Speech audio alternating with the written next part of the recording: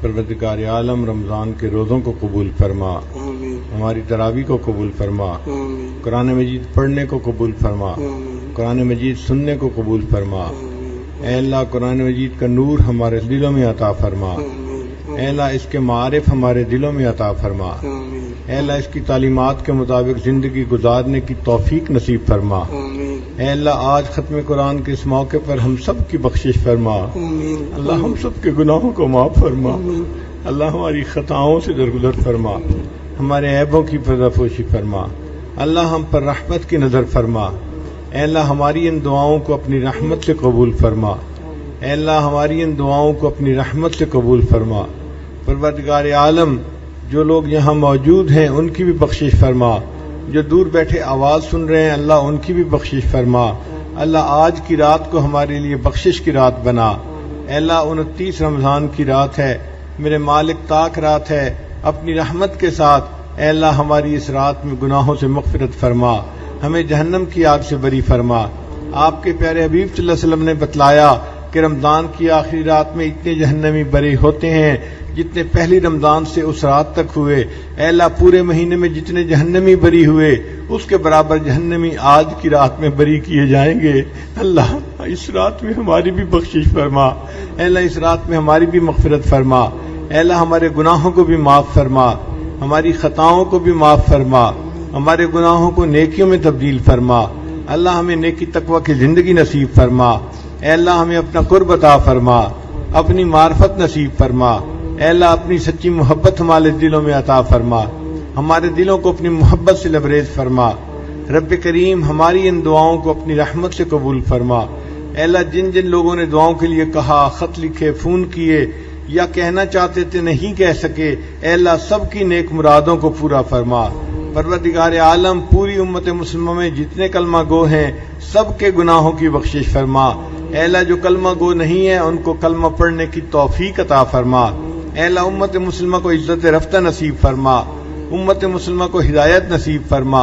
اے اللہ پوری دنیا کے مسلمانوں کی پریشانیوں کو دور فرما۔ اے اللہ ہمارے اس ملک کی حفاظت فرما۔ اے اللہ ہمارے اس ملک کو اے اللہ بحرانوں سے نکال دیجئے، اللہ ہمارے اس ملک پر رحمت کی نظر ڈال دیجئے۔ اے اللہ قرضوں سے محفوظ فرما، مرضوں سے محفوظ فرما، ذلت سے محفوظ فرما، علت سے محفوظ فرما، قلت سے محفوظ فرما۔ ہماری ان دعاؤں کو اپنی رحمت سے قبول فرما۔ اے اللہ مدارس عربیہ کی حفاظت فرما، دعوت و تبلیغ کے کام کی حفاظت فرما، جہاں اللہ اللہ ہوتی ہے ان خانقاہوں کی حفاظت فرما، اقامت دین کی کوششوں کی حفاظت فرما۔ اے اللہ ہمارے ایمان کی حفاظت فرما۔ میرے مالک معتکفین جتنے دور قریب سے یہاں آئے ہیں اے اللہ سب کے آنے کو قبول فرما اور سب کو اپنے مقبول بندوں میں شامل فرما۔ اے اللہ ان سب کے دلوں میں نور نسبت عطا فرما۔ اے اللہ ان کو قیامت کے دن اپنے مشائخ کے نور نسبت کے ساتھ کھڑا ہونے کی توفیق نصیب فرما۔ ربنا تقبل منا انک انت السمیع العلیم تب علینا انک انت التواب الرحیم۔ صلی اللہ تعالی علی حبیبہ سیدنا محمد وآلہ واصحابہ اجمعین برحمتک یا ارحم الراحمین۔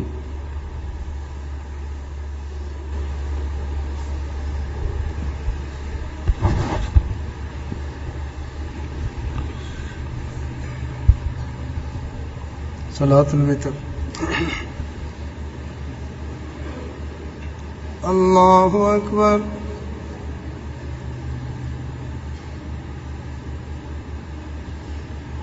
الحمد لله رب العالمين الرحمن الرحيم مالك يوم الدين إياك نعبد وإياك نستعين اهدنا الصراط المستقيم صراط الذين أنعمت عليهم غير المغضوب عليهم ولا الضالين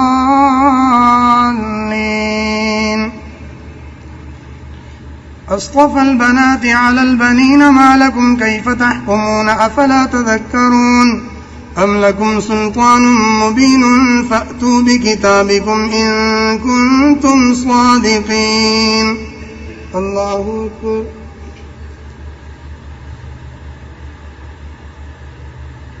سمع الله لمن حمده۔ الله أكبر۔ الله أكبر الله أكبر الله أكبر. الحمد لله رب العالمين الرحمن الرحيم مالك يوم الدين إياك نعبد وإياك نستعين اهدنا الصراط المستقيم صراط الذين أنعمت عليهم غير المغضوب عليهم ولا الضالين.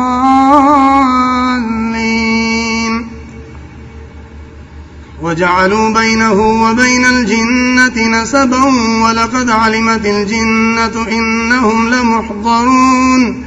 سبحان الله عما يصفون إلا عباد الله المخلصين. الله أكبر.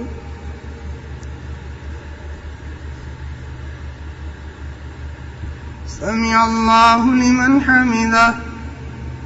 الله أكبر الله أكبر الله أكبر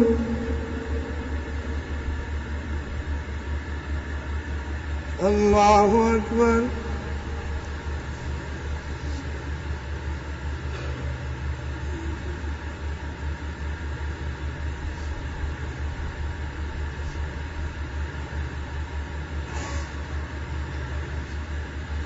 الله أكبر. الحمد لله رب العالمين الرحمن الرحيم مالك يوم الدين إياك نعبد وإياك نستعين اهدنا الصراط المستقيم صراط الذين أنعمت عليهم غير المغضوب عليهم ولا الضالين.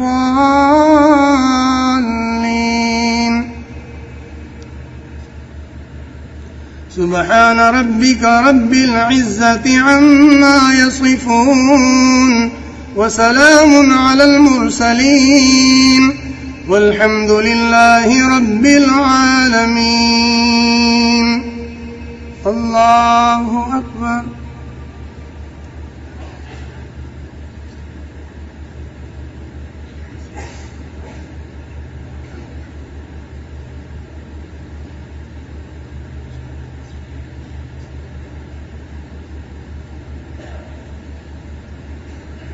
الله أكبر.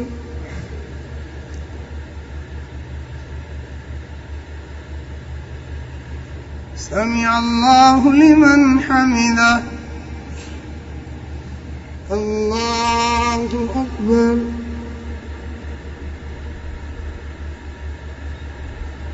الله أكبر. الله أكبر.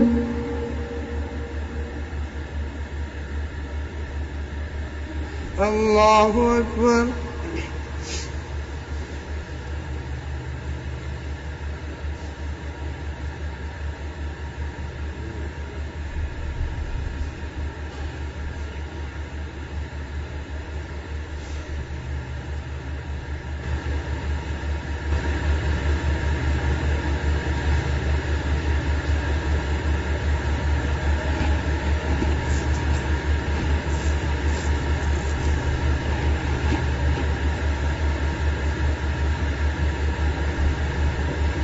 السلام عليكم ورحمة الله.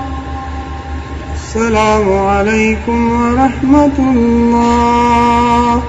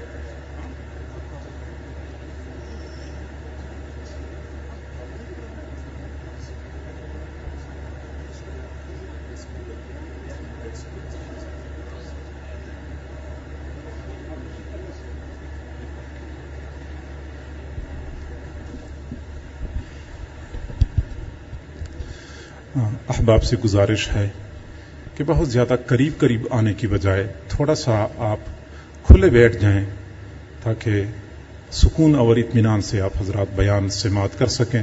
جتنا آپ لوگ تنگ بیٹھیں گے اتنا ہی اپنے لیے خود تنگی کریں گے، اور جو بندہ اپنے لیے تنگی کرتا ہے اللہ بھی اس کے اوپر تنگی کرتا ہے.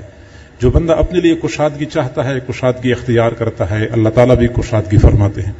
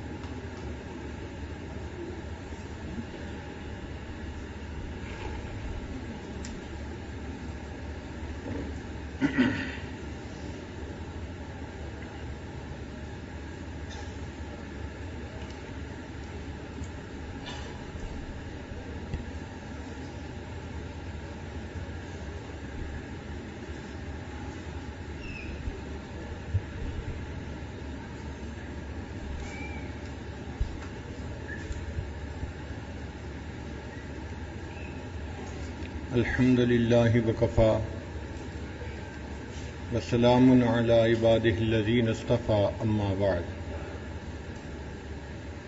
أعوذ بالله من الشيطان الرجيم بسم الله الرحمن الرحيم يا أيها الناس اتقوا ربكم الذي خلقكم من نفس واحدة وخلق منها زوجها وبث منهما رجالا كثيرا ونساء واتقوا الله الذي تساءلون به والأرحام إن الله كان عليكم رقيبا وقال الله تعالى في مقام آخر يا أيها الذين آمنوا اتقوا الله حق تقاته ولا تموتن إلا وأنتم مسلمون وقال الله تعالى في مقام آخر يا أيها الذين آمنوا اتقوا الله وقولوا قولا سديدا يصلح لكم أعمالكم ويغفر لكم ذنوبكم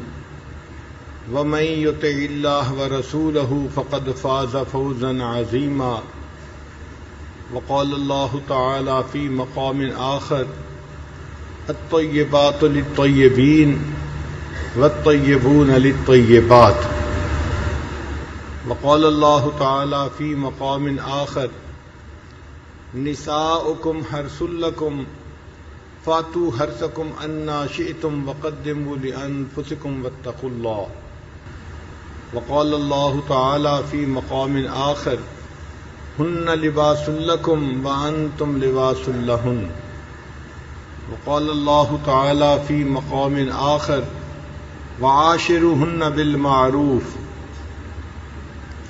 وقال رسول الله صلى الله عليه وسلم النكاح من سنتي وفي رواية أخرى فمن رغب عن سنتي فليس مني وقال رسول الله صلى الله عليه وسلم أفشوا النكاح بينكم أو كما قال عليه الصلاة والسلام سبحان ربك رب العزة عما يصفون وسلام على المرسلين والحمد لله رب العالمين اللهم صل على سيدنا محمد وعلى آل سيدنا محمد وبارك وسلم.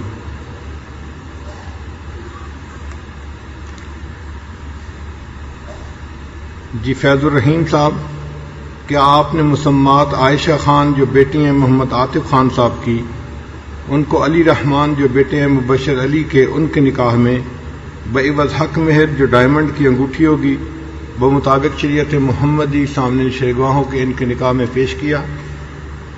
جی دوبارہ پوچھتا ہوں، فیض الرحیم صاحب، کیا آپ نے مسمات عائشہ خان جو بیٹی ہیں محمد عاطف خان صاحب کی، ان کو علی رحمان جو بیٹے ہیں مبشر علی صاحب کے، ان کے نکاح میں بعوض حق مہر جو ڈائمنڈ کی انگوٹھی ہوگی بمطابق شریعت محمدی سامنے شرگواہوں کے ان کے نکاح میں پیش کیا؟ جی علی رحمان صاحب، کیا آپ نے مسمات عائشہ خان جو بیٹی ہیں محمد عاطف خان صاحب کی، ان کو اپنے نکاح میں بعوض حق مہر جو ڈائمنڈ کی انگوٹھی ہوگی بمطابق شریعت محمدی سامنے ان شریکگاہوں کے اپنے نکاح میں قبول کیا؟ دوبارہ پوچھتا ہوں علی رحمان صاحب، کیا آپ نے مسمات عائشہ خان جو بیٹی ہیں محمد عاطف خان صاحب کی، ان کو اپنے نکاح میں بعوض حق میں ڈائمنڈ کی انگوٹھی ہوگی بمطابق شریعت محمدی سامنے ان شریکگاہوں کے اپنے نکاح میں قبول کیا؟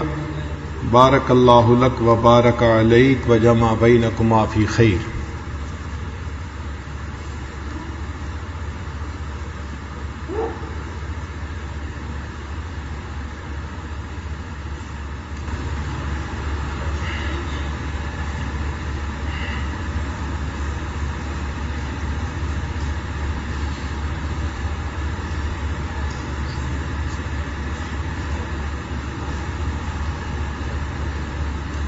الحمد للہ وکفا وسلام علی عبادہ الذین اصطفى، اما بعد، اعوذ باللہ من الشیطان الرجیم، بسم اللہ الرحمن الرحیم، والذین آمنوا اشد حبا للہ، سبحان ربک رب العزۃ عما یصفون، وسلام علی المرسلین، والحمد للہ رب العالمین۔ اللہم صلی علی سیدنا محمد وعلی آل سیدنا محمد وبارک وسلم۔ رمضان مبارک کی 29 گزرات ہے۔ ایک عالم صاحب نے رکا لکھا کہ جی چاہتا ہے کہ آج کی اس آخری محفل میں آپ اللہ رب العزت کی محبت کی باتیں سنائیں۔ ہم 10 دن سے اس کے دروازے پر اس کی چوکھٹ پکڑ کے بیٹھے ہیں۔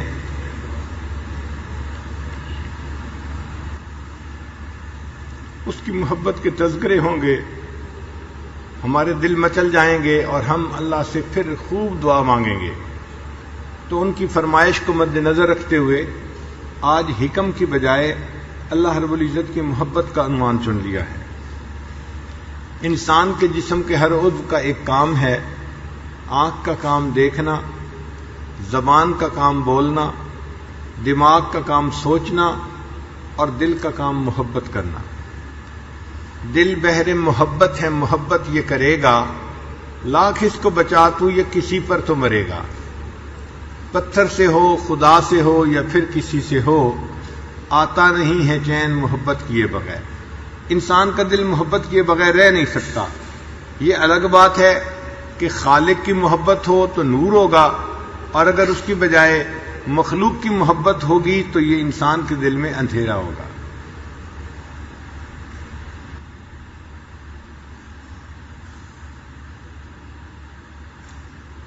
کسی سے محبت کرنے کی 4 وجوہات ہوتی ہیں۔ اس میں پہلی وجہ ہوتی ہے اس کا حسن و جمال۔ اللہ تعالیٰ نے انسان کی فطرت ہی ایسی بنائی ہے کہ انسان کو حسن و جمال اچھا لگتا ہے فطرتی طور پہ۔ چنانچہ خوبصورت بلڈنگ ہو، خوبصورت منظر ہو، خوبصورت شخصیت ہو یا کوئی کپڑا خوبصورت ہو، جو چیز بھی خوبصورت ہو انسان کو اچھی لگے گی۔ انسان کی فطرت ہی اللہ تعالیٰ نے ایسی بنائی ہے۔ مجھے آج بھی یاد پڑتا ہے، بہت سال پہلے کی بات ہے، میں ایک مرتبہ اپنے بچوں کو لے کے کشمیر کے سفر پر گیا تو مظفر آباد اور باقی جگہوں پر ہم نے پروگرام کیے۔ جب وہاں سے واپس لوٹنے لگے تو بچے چھوٹے تھے، پچھلی سیٹ پہ میری بیٹی بیٹھی ہوئی تھی جو سب سے چھوٹی تھی۔ اس نے ایک منظر دیکھا اور مجھے کہنے لگی کہ ابو جی یہ تصویر تو ہم کتابوں کے اندر چھپی ہوئی دیکھتے ہیں، جب اس بچی نے توجہ دلائی تو میں نے گاڑی کے ایک طرف سے دیکھا، اتنا خوبصورت منظر تھا کہ واقعی جس کی خوبصورتی کو الفاظ میں بیان کرنا مشکل۔ میں نے گاڑی کو کنارے پہ پل کیا اور ہم لوگ تقریباً آدھا گھنٹہ اس منظر کو بیٹھ کے دیکھتے ہی رہے۔ اتنے خوبصورت پہاڑ تھے سرسبز، اور نیچے بل کھاتا ہوا دریا تھا، اور خوبصورتی اتنی تھی کہ حیران ہوتا تھا کہ یا اللہ، اگر دنیا میں مناظر اتنے خوبصورت ہیں تو آپ کی جنت کتنی خوبصورت ہوگی۔ واقعی جنہوں نے کشمیر کو جنت نظیر کہا انہوں نے سچ کہا۔ تو خوبصورت منظر کو انسان دیکھے تو اچھا لگتا ہے، خوبصورت کپڑے کو دیکھے اچھا لگتا ہے، خوبصورت بلڈنگ کو دیکھے تو اچھا لگتا ہے۔ انسان حج اور عمرے پہ کئی دفعہ جاتا ہے، جیسے ہی مطاف کے اندر داخل ہوتا ہے نا تو اللہ کے اس گھر کی خوبصورتی ایسی ہے کہ انسان حیران ہو کے رہ جاتا ہے۔ کئی مرتبہ تو آنکھوں کو یقین نہیں آتا کہ میں زندگی میں اپنے جیتے جاگتے یہ منظر آنکھوں سے دیکھ رہا ہوں۔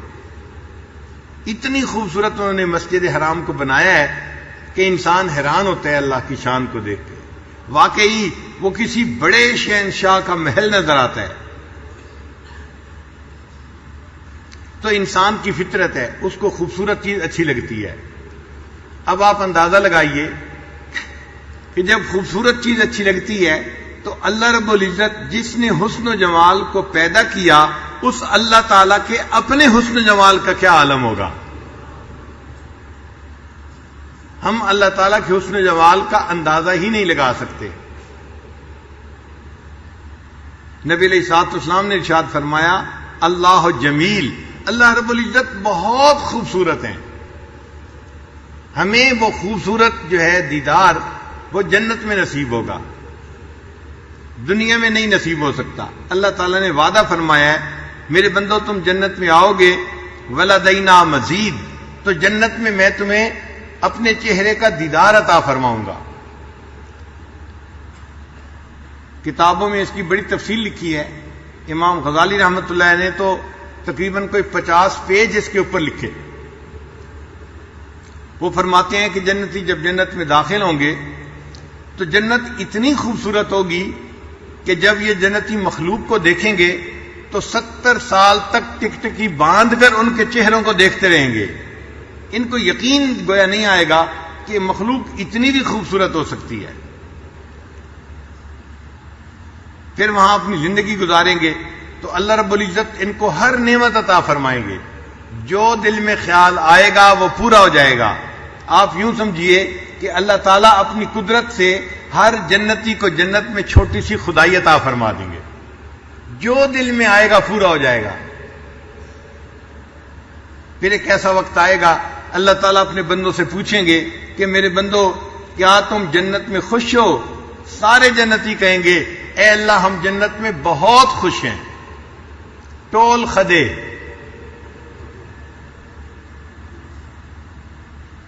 جب یہ کہیں گے کہ ہم بہت خوش ہیں اور سب کچھ بالکل ٹھیک ہے، پھر اللہ تعالیٰ کہیں گے کہ اچھا ایسے کرو کہ تم اپنے علماء سے پوچھو جا کے۔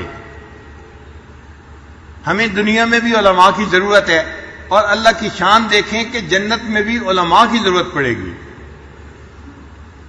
تو جنتی اپنے اپنے علماء جن سے ان کا تعلق تھا، جن کے پیچھے جمعہ پڑھتے تھے یا جن کے ساتھ تعلق رکھتے تھے، ان سے پوچھیں گے کہ اللہ رب العزت پوچھتے ہیں ہم اللہ تعالیٰ کو کیا جواب دیں۔ پھر جنتی ان کو کہیں گے کہ دیکھو ہمیں جنت کی سب نعمتیں تو مل گئیں، لیکن جنت میں اللہ نے دیدار کا وعدہ کیا تھا، ابھی تک وہ دیدار نصیب نہیں ہوا۔ تو علماء کے توجہ دلانے پر جنتیوں کے ذہن میں یہ بات آئے گی، پھر سارے جنتی اللہ تعالیٰ سے دعا مانگنا شروع کریں گے، اے اللہ ہمیں اپنا دیدار عطا فرما دیجئے۔ اے اللہ اگر کوئی میزبان اپنے گھر بلائے اور گھر تو دکھا دے، خود اپنی ملاقات نہ دے تو وہ میزبانی کیسی ہوئی؟ اے اللہ ہمیں اپنا دیدار کروا دیجئے۔ جب جنتی اللہ تعالیٰ سے بار بار کہیں گے تو اللہ تعالیٰ ان سے کہیں گے کہ اچھا اب تم میرے دیدار کی تیاری کرو۔ تو سارے جنتی اللہ تعالیٰ کے دیدار کی تیاری کریں گے۔ جیسے دنیا کے اندر شادی ہوتی ہے تو گھر والے اس کے لیے تیاری کرتے ہیں، ایسے ہی جنتی دیدار کی تقریب کے لیے جنت میں تیاری کریں گے۔ جنت میں ایک بازار لگے گا، وہاں پہ جنتی جائیں گے مرد عورتیں، اور جیسا حسن چاہیں گے ان کو اپنی من پسند کا حسن مل جائے گا۔ دنیا میں تو کسی کا چہرہ گول ہے تو لمبا نہیں ہو سکتا، لمبا ہے تو گول نہیں ہو سکتا، آنکھیں جیسی ہیں وہ اس سے بدل نہیں سکتی، صرف اتنا ہے کہ انسان چاہتا ہے تو چہرے کے اوپر کچھ لیپ لگا لیتا ہے۔ مگر جنت میں تو وہ ارادہ کرے گا، اس کی آنکھیں ویسی خوبصورت بن جائیں گی، پلکیں ویسی بن جائیں گی، رخسار کی خوبصورتی ویسے ہو جائے گی، چہرے کی کمپلیکشن ویسے ہو جائے گی، آپ اندازہ کریں کہ وہاں خوبصورتی کا کیا معیار ہوگا۔ من پسند کی خوبصورتی اللہ تعالیٰ ہر جنتی کو عطا فرمائیں گے، یہ جنت کا بیوٹی پارلر ہوگا، مگر صرف لیپ لگانے والا پارلر نہیں ہوگا، بلکہ جو انسان چاہے گا واقعی اس کو ویسی خوبصورتی نصیب ہو جائے گی۔ پھر جنتی عورتیں ایسے کپڑے پہنے گی کہ ہر عورت کے کپڑے میں سے 70,000 رنگوں کے شیڈ جھلک رہے ہوں گے۔ آج دنیا میں جو عورتیں کپڑے بنواتی ہیں 4-5 شیڈ ہوتے ہیں مختلف، اس سے ملتے جلتے کلر ہوتے ہیں، 70,000 شیڈ جھلک رہے ہوں گے۔ اور جنتی مرد بھی خوبصورت کپڑے پہنیں گے اور سونے کے کنگن پہنیں گے اور تیار ہوں گے، اور پھر تیار ہو کے جنت عدن میں یہ سارے کے سارے جنتی آئیں گے۔ وہاں پر ایک دریا ہوگا، اس دریا کے کنارے پر ان کے لیے پہلے کھانے پینے کی محفل سجے گی۔ امام غزالی رحمۃ اللہ فرماتے ہیں کہ اللہ تعالیٰ پہلے اپنے مہمانوں کی مہمان نوازی فرمائیں گے، لیکن ہر جنتی کے سامنے 70,000 پلیٹوں میں کھانا رکھا جائے گا، ہر جنتی کے سامنے 70,000 پلیٹوں میں۔ دنیا میں دعوت کی جاتی ہے 2-3 طرح کے کھانے ہوتے ہیں، اس سے اوپر نہیں، جنت میں 70,000 پلیٹوں میں کھانا، اور پھر جنتی ان کو کھائیں گے، بھوک کی وجہ سے نہیں کھائیں گے، انجوائے کرنے کے لیے کھائیں گے، اتنا کھائیں گے کہ بہت کھائیں گے، پیٹ بھر جائے گا، تکلیف نہیں ہوگی، ایک خوشبودار ڈکار آئے گی اور پھر ان کو ویسے ہی کھانے کی طرف محسوس ہوگی۔ جب خوب کھانے کو انجوائے کریں گے، پی لیں گے مشروبات، پھل کھائیں گے اور پرندوں کے بھنے ہوئے گوشت کھائیں گے، پھر اللہ فرمائیں گے کہ اچھا اب اگلی محفل کا اگلا جو ہے وہ معاملہ شروع ہوتا ہے۔ پھر اس وقت اللہ تعالیٰ حضرت داؤد علیہ السلام کو حکم فرمائیں گے کہ ان بندوں کو آپ زبور سنائیے۔ اللہ تعالیٰ نے جیسے سیدنا یوسف علیہ السلام کو حسن جمال میں انوکھا بنایا، اسی طرح اللہ تعالیٰ نے آواز کی خوبصورتی میں حضرت داؤد علیہ السلام کو انوکھی آواز دی۔ کوئل کی آواز بھی ان کے سامنے کیا حیثیت رکھتی ہے۔ وہ جب زبور پڑھا کرتے تھے ان کے ساتھ ان کے کندھے کے اوپر پرندے آ کے بیٹھ جایا کرتے تھے، پانی جو ہے چلتا ہوا رک جایا کرتا تھا، ان کی آواز میں اللہ نے اتنی خوبصورتی پیدا کی تھی۔ مجھے اپنی زندگی میں مصر کے مشہور قاری عبد الباسط عبد الصمد، ان کے ساتھ 1 مہینہ امریکہ میں گزارنے کا موقع ملا۔ وہ مختلف محفلوں میں قرآن پاک کی تلاوت کرتے تھے، اور یہ آج جیسی محفل ہوتی اردو یا انگلش میں کچھ اس کے متعلق بیان کر دیا کرتا تھا۔ لیکن یقین جانیں کہ جب وہ قرآن پڑھتے تھے نا اور ہم سنتے تھے تو ہم کئی دفعہ خود وجد میں آ جاتے تھے، حیران ہوتے تھے اللہ آپ نے اس بندے کو کیا آواز دی ہے۔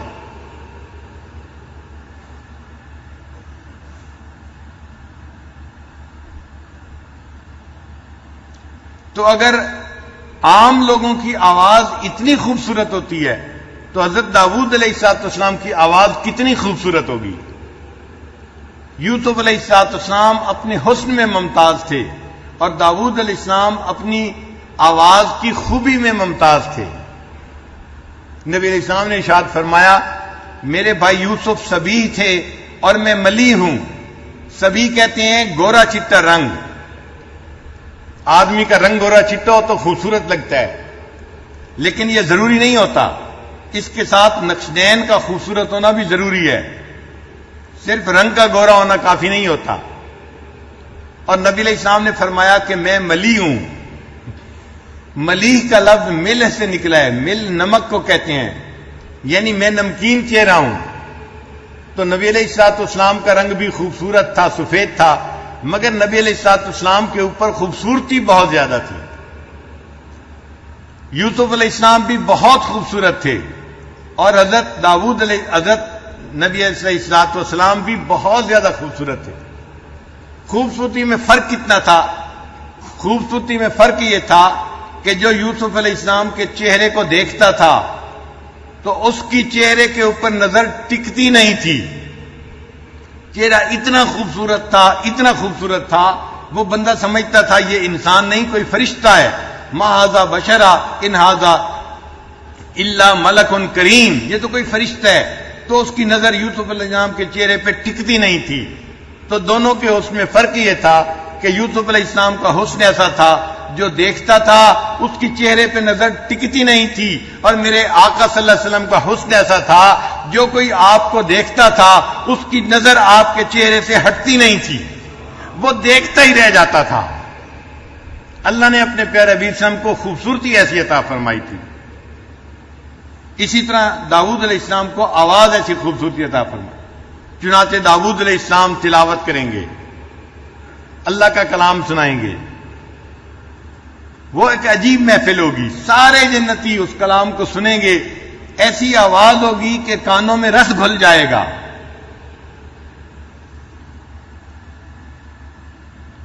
امام غزالی رحمۃ اللہ فرماتے ہیں ایک ایسا وقت آئے گا اللہ تعالیٰ جنتیوں کو خود سورہ یاسین کی تلاوت سنائیں گے. اللہ اکبر کبیرہ. آپ سوچئے وہ کیسی محفل ہوگی کہ اللہ تعالیٰ خود تلاوت فرمائیں گے اور جنتی سورہ یاسین کی تلاوت سنیں گے.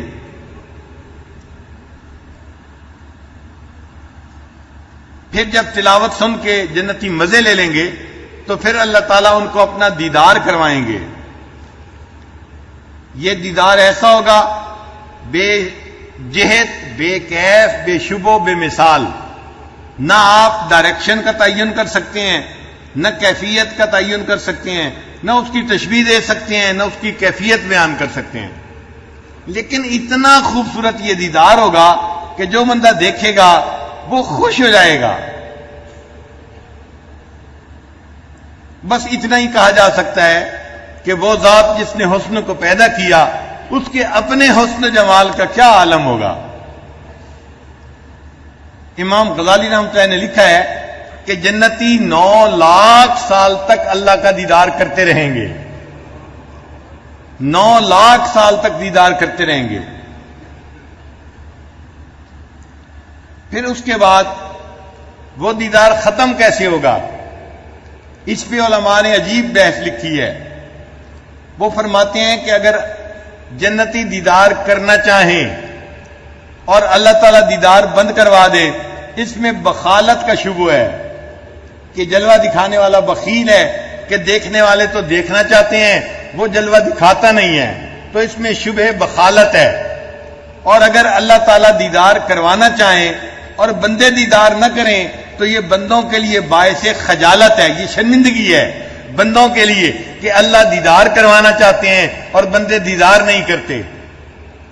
تو نہ اللہ دیدار کو ختم کرائیں گے اور نہ بندے دیدار ختم کریں گے، تو یہ دیدار کی محفل مکمل کیسے ہوگی؟ حضرت اقدس تھانوی رحمۃ اللہ نے اس کا نتیجہ نکالا. وہ فرماتے ہیں کہ جب اللہ چاہیں گے بندے دیدار کریں، اللہ جمال کی تجلیات بندوں پہ ڈالیں گے، سب بندے اللہ کے جلوے کا دیدار کرتے رہیں گے. اور جب اللہ چاہیں گے کہ یہ اب دیدار بند کر دیں، اللہ جلال کی تجلیات ڈالیں گے اور بندے دیدار کرنا بند کر دیں گے. نہ ادھر اعتراض ہو سکتا ہے نہ ادھر اعتراض ہو سکتا ہے. تو 9 لاکھ سال تک جنتی اللہ کا دیدار کریں گے. یہ کیا نعمت ہوگی جو اللہ تعالیٰ جنت میں جنتیوں کو عطا فرمائیں گے. ہم پوری زندگی اسی دیدار کے انتظار میں گزار رہے ہیں. ہماری یہ زندگی اللہ تعالیٰ کے دیدار کے انتظار میں گزر رہی ہے. حضرت مولانا قاسم نانوتوی رحمۃ اللہ اپنی ایک کتاب میں لکھتے ہیں کہ اللہ تعالیٰ نے ہر بندے کو اس دیدار کا تصور دن میں 5 مرتبہ کرنے کا حکم دیا. یہ جو ہم نماز پڑھتے ہیں نا، یہ اس جنت کے دیدار کا تصور دن میں 5 مرتبہ کرتے ہیں. تو دنیا میں تو اس کا تصور کر کے مزے لیتے ہیں، پھر جنت میں جائیں گے تو اللہ تعالیٰ اپنا دیدار عطا فرمائیں گے. اس دیدار کے انتظار میں مومن اپنی زندگی گزارتا ہے. کسی شاعر نے اللہ تعالیٰ کے ملاقات اور حسن و جمال کے بارے میں کچھ اشعار لکھے ہیں. میری زندگی تو فراق ہے وہ ازل سے دل میں مکیں سہی. ہماری زندگی تو فراق ہی ہے نا، کہ زندگی میں تو لقاء نہیں ہو سکتی، وہ مرنے کے بعد ہوگی. اس لیے فور فرمایا کہ الموت جسر یوصل الحبیب الی الحبیب، موت ایک پل ہے، ایک دوست کو دوسرے دوست کے ساتھ ملا دیتی ہے، مگر زندگی تو انتظار میں گزرتی ہے. تو وہ کہتے ہیں میری زندگی تو فراق ہے وہ ازل سے دل میں مکیں سہی، وہ نگاہ شوق سے دور ہے رگ جاں سے لاکھ کریں سہی. سر طور ہو سر حشر ہو ہمیں انتظار قبول ہے. دیدار طور پہ ہو یا حشر کے دن ہو، سر طور ہو سر حشر ہو ہمیں انتظار قبول ہے. وہ کبھی ملیں وہ کہیں ملیں، وہ کبھی سہی وہ کہیں سہی. تیرا در تو ہم کو نہ مل سکا تیرے راہ گزر کی زمیں سہی. تیرا در تو ہم کو نہ مل سکا تیرے راہ گزر کی زمیں سہی. ہمیں سجدہ کرنے سے کام ہے جو وہاں نہیں تو یہیں سہی. مالک ہم نے تو سجدہ کرنا ہے، اگر تیرے گھر جا کر سجدہ نہیں کر پائے حج اور عمرہ پہ تو اے اللہ یہیں پہ ہم سجدہ کر لیتے ہیں. تیرا در تو ہم کو نہ مل سکا تیری راہ گزر کی زمین سہی. ہمیں سجدہ کرنے سے کام ہے جو وہاں نہیں تو یہیں سہی. انہیں دیکھنے کی جو لو لگی، جب اللہ کو دیکھنے کی تمنا دل میں سما گئی، انہیں دیکھنے کی جو لو لگی تو نصیر دیکھ ہی لیں گے ہم. شاعر کہتا ہے کہ جب اللہ کو دیکھنے کی دل میں تمنا بس گئی تو اب کبھی نہ کبھی ان کو دیکھ ہی لیں گے. انہیں دیکھنے کی جو لو لگی تو نصیر ان دیکھ ہی لیں گے ہم. وہ ہزار آنکھ سے دور ہوں وہ ہزار پردہ نشیں سہی. وہ ہزار آنکھ سے دور ہوں وہ ہزار پردہ نشیں سہی. اگر دل میں دیکھنے کی لو لگ گئی ہے تو کبھی نہ کبھی اللہ ان کے دیدار کی توفیق عطا فرما دیں گے. تو اگر حسن و جمال کے نقطہ نظر سے دیکھا جائے تو دل چاہتا ہے کہ انسان اللہ سے محبت کرے، اس اللہ سے جس کا حسن کوئی ڈھلنے والا نہیں، جس کا حسن کوئی ادھار مانگی ہوئی چیز نہیں ہے، اس کا اپنا ہے، ذاتی ہے، اس کی اپنی تخلیق کی ہوئی چیز ہے.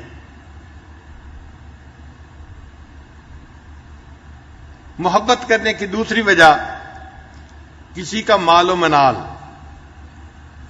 ہم نے دیکھا ہے کوئی امیر آدمی ہو نا، لوگ اس کے ساتھ تعارف کرنا پسند کرتے ہیں، لوگوں کو اس کا ریفرنس دیتے ہیں، فلاں تو میرا بڑا قریبی دوست ہے، ہم ان کے ساتھ آتے جاتے رہتے ہیں، ملتے رہتے ہیں. ان کے ساتھ اپنا قرب بتاتا ہے ان کے مال و دولت کی وجہ سے. تو مال و دولت کی وجہ سے بھی لوگ محبت کرتے ہیں. اگر مال و دولت کی وجہ سے محبت کی جاتی ہے تو اللہ تعالیٰ کے کیا کہنے کہ زمین اور آسمان کے اندر جتنے خزانے ہیں وہ سارے کے سارے اللہ کی ملکیت ہیں. وَلِلَّهِ خَزَائِنُ السَّمَاوَاتِ وَالْأَرْضِ، آسمان اور زمین کے خزانے اللہ کی ملکیت ہیں. آپ سوچئے کہ کتنے خزانے ہیں پوری دنیا میں، جتنا سونا ہے، جتنا تانبا ہے، جتنے ڈائمنڈ ہیں، جتنی باقی چیزیں ہیں، یہ ساری کی ساری اللہ کی ملکیت ہیں. اللہ مالک ہے اس کا، اور اللہ نے عارضی طور پہ اس کو بندوں کے حوالے کر دیا ہے. پھر یہ تو دنیا کی باتیں ہیں. جنت کے جو مکان ہوں گے وہ سونے اور چاندی کی اینٹوں سے بنیں گے. سونے، سوچئے ذرا کتنا سونا لگے گا جب اینٹیں سونے کی بنی ہوئی ہوں گی.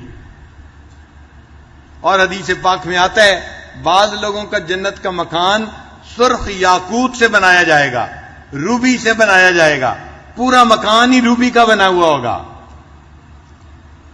اور جو اللہ کے راستے میں نکلنے والے لوگ ہوں گے ان کو اگر اللہ کے راستے میں موت آ گئی، ان کے گھر سے لے کے جس جگہ تک ان کو موت آئی، اللہ تعالیٰ ان کو ایک بے جوڑ موتی کا محل عطا فرمائیں گے.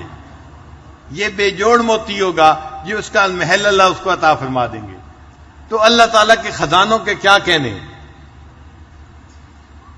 چند دن کی بات ہے، ایک نوجوان میرے پاس آئے، کہنے لگے جی کہ امریکہ کی ایک فضائی ڈپارٹمنٹ ہے، اس کو ناسا کہتے ہیں، جو خلا کے بارے میں تحقیقات کرتا رہتا ہے، چاند گاڑی بھیجتا ہے اور باقی بھی سارے کام کرتا ہے. انہوں کے سائنسدانوں نے دریافت کیا ہے کہ ایک ایسا سٹار ہے جو پورا کا پورا کاربن کا ہے، اور اس کا نام انہوں نے ڈائمنڈ سٹار رکھا ہے. وہ چمکتا ہے مگر 100% ڈائمنڈ ہے، فلا لیس ڈائمنڈ ہے. اور اس کی تفصیلات میں پرنٹ کر کے لایا ہوں. میں نے وہ تفصیلات پڑھی، اس پہ لکھا ہوا تھا کہ وہ لاکھوں ملین کیرٹ کا وزنی سٹار ہے، لاکھوں ملین کیرٹ کا. اللہ اکبر. 1 کیرٹ کا ڈائمنڈ ہو اس کی قیمت $1,00,000 ہوتی ہے، اگر 2 کیرٹ کو تو 2 لاکھ ہوتی ہے، 3 کیرٹ کا $3,00,000 ہوتی ہے. آپ اندازہ کیجئے کتنے مہنگے ہوتے ہیں یہ ڈائمنڈ. اور وہ فلالیس ڈائمنڈ لاکھوں ملین کیرٹ کا ڈائمنڈ ہے، اور اس کا ایک سرے سے دوسرے سرے کا فاصلہ 4000 کلومیٹر ہے. 4000 کلومیٹر اس کی ایک سائڈ سے دوسرے سائڈ کا فاصلہ ہے. اور سائنسدانوں نے لکھا تھا کہ ہم نے لیزر سے اس کا پتہ کیا ہے، وہ بالکل فلالیس ہے. 4000 کلومیٹر میں کوئی ایک جگہ ایسی نہیں جہاں پہ فلا ہو، اس میں کوئی فلا ہے ہی نہیں، وہ ایسا ڈائمنڈ ہے. اس کو میں نے بھی پڑھا تو حیرت ہوئی. وہ صاحب تو بڑے حیران تھے، کہنے لگے جی حیرت کی بات ہے، اتنا بڑا ڈائمنڈ خلا کے اندر موجود ہے. میں نے کہا کہ اچھا بات سنو، میرے ذہن میں ایک بات آ رہی ہے. کہنے لگا کیا؟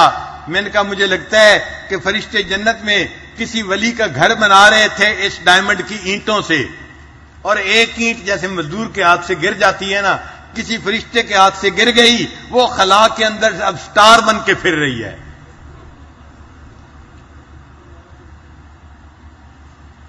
تو اتنے بڑے بڑے ڈائمنڈ جنتیوں کے گھروں کے اندر اینٹوں کی طرح استعمال ہوں گے. اللہ کے مال و منال اور خزانوں کا کیا کہنا. اس نقطۂ نظر سے دیکھیں تو دل کہتا ہے کہ اگر محبت کرنی ہو تو کس سے کی جائے؟ اللہ رب العزت سے کی جائے. اور تیسری وجہ جو ہے محبت کرنے کی، وہ ہے کسی کا فضل و کمال، کسی کی صفات کی وجہ سے. انسان ہے، کوئی بھی اگر اپنے اندر صفات پیدا کر لینا تو لوگ اس سے محبت کرتے ہیں. بلکہ نوجوان تو بعض کھلاڑیوں کے نمبروں کی جرسیاں پہن کے پھر رہے ہوتے ہیں. چونکہ وہ کھلاڑی اچھا کھیلنے والا ہوتا ہے تو اس کے نمبر کی جرسیاں پہنتے ہیں کہ ہمیں اس سے محبت ہے.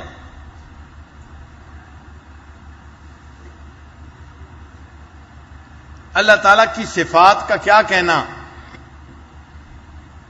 انسان اس کو بیان بھی کرنا چاہے تو اپنی زبان سے اس کو بیان بھی نہیں کر سکتا. ہم اللہ تعالیٰ کی صفات کا بیان کیا کریں گے؟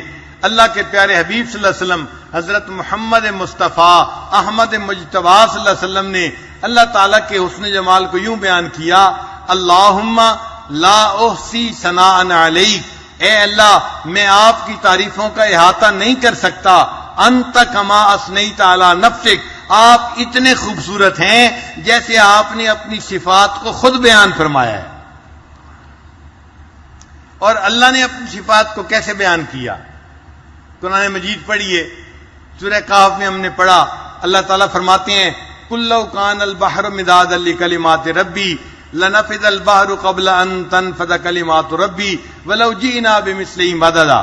اے میرے محبوب صلی اللہ علیہ وسلم ان لوگوں کو بتا دیجئے، اگر ساری دنیا کے سمندروں کا پانی سیاہی بن جاتا اور ساری دنیا کے درختوں کی کلمیں بنا دی جاتی، ان کلموں سے اور اس سیاہی سے تیرے رب کی تعریفیں لکھنی شروع کی جاتی، ایک وقت آتا یہ کلمیں ٹوٹ جاتی، یہ سیاہی ختم ہو جاتی، تیرے رب کی تعریفیں کبھی ختم نہ ہوتی. تو جس پروردگار کی تعریفیں کوئی کر ہی نہیں سکتا، وہ پروردگار کتنی صفات والا ہوگا. جس کے ناموں کی نہیں ہے انتہا، ابتدا کرتا ہوں اس کے نام سے. اللہ تعالیٰ کے ناموں کی بھی انتہا نہیں ہے، چونکہ اس کے صفات کی انتہا نہیں، تو ہر صفت پر ایک صفاتی نام ہوتا ہے، لہذا اس کے ناموں کی بھی انتہا نہیں. ہم پورے ناموں کو جانتے ہی نہیں. تو اگر صفات کی وجہ سے محبت کرنی ہو تو انسان کس سے محبت کرے؟ اللہ رب العزت سے کرے. حسن و جمال کی وجہ سے محبت کرنی ہے تو اللہ سے کرے. مال و منال کی وجہ سے محبت کرنی ہے تو اللہ سے کرے. فضل و کمال کی وجہ سے محبت کرنی ہے تو اللہ سے کرے. اور چوتھی وجہ محبت کرنے کی ہوتی ہے کسی کا جود و احسان، کسی کے احسانات کی وجہ سے بھی انسان اس سے محبت کرتا ہے. چنانچہ لکھا ہے علماء نے، الانسان عبد الاحسان، انسان احسان کا بندہ ہوتا ہے. جو بندہ احسان کرتا ہے نا تو محسن سے فطری طور پہ بندے کو محبت ہوتی ہے. انسان تو پھر انسان ہے. ہم نے جانوروں کو دیکھا، وہ اپنے محسن سے محبت کرتے ہیں. چنانچہ سرکس کے اندر ایک آدمی شیر کی پیٹھ کے اوپر چڑھ کے بیٹھ جاتا ہے اور شیر اس کو کہتا کچھ نہیں، حالانکہ شیر درندہ ہے، اگر چاہے تو 1 منٹ میں اس بندے کو پھاڑ کھائے، لیکن اس کو کچھ نہیں کہتا، اس لیے کہ وہ بندہ اس شیر کو گوشت ڈالتا ہے، وہ اس کا محسن ہے، یہ اپنے محسن سے محبت کرتا ہے. اگر درندے بھی محسن سے محبت کرتے ہیں تو انسان تو پھر انسان ہے.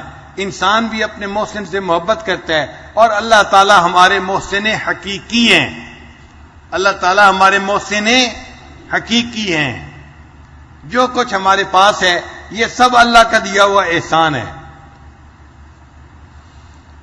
ہم تو اللہ کے احسانات میں ڈوبے ہوئے ہیں.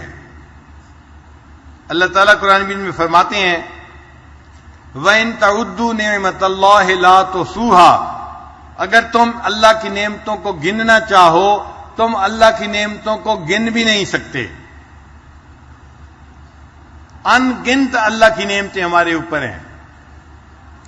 آپ ذرا غور کیجئے، اللہ تعالیٰ بینائی نہ دیتے ہم اندھے ہوتے، گویائی نہ دیتے ہم گنگے ہوتے، سماعت نہ دیتے ہم بہرے ہوتے، بال سر پہ نہ دیتے ہم گنجے ہوتے، لباس نہ دیتے ہم ننگے ہوتے، اللہ علم نہ دیتے ہم جاہل ہوتے، مال نہ دیتے ہم فقیر ہوتے، اللہ صحت نہ دیتے ہم بیمار ہوتے، اللہ عزت نہ دیتے ہم ذلیل ہوتے. آج جو عزتوں بری زندگی گزار رہے ہیں یہ سب اس مولا کا کرم اور احسان ہی تو ہے.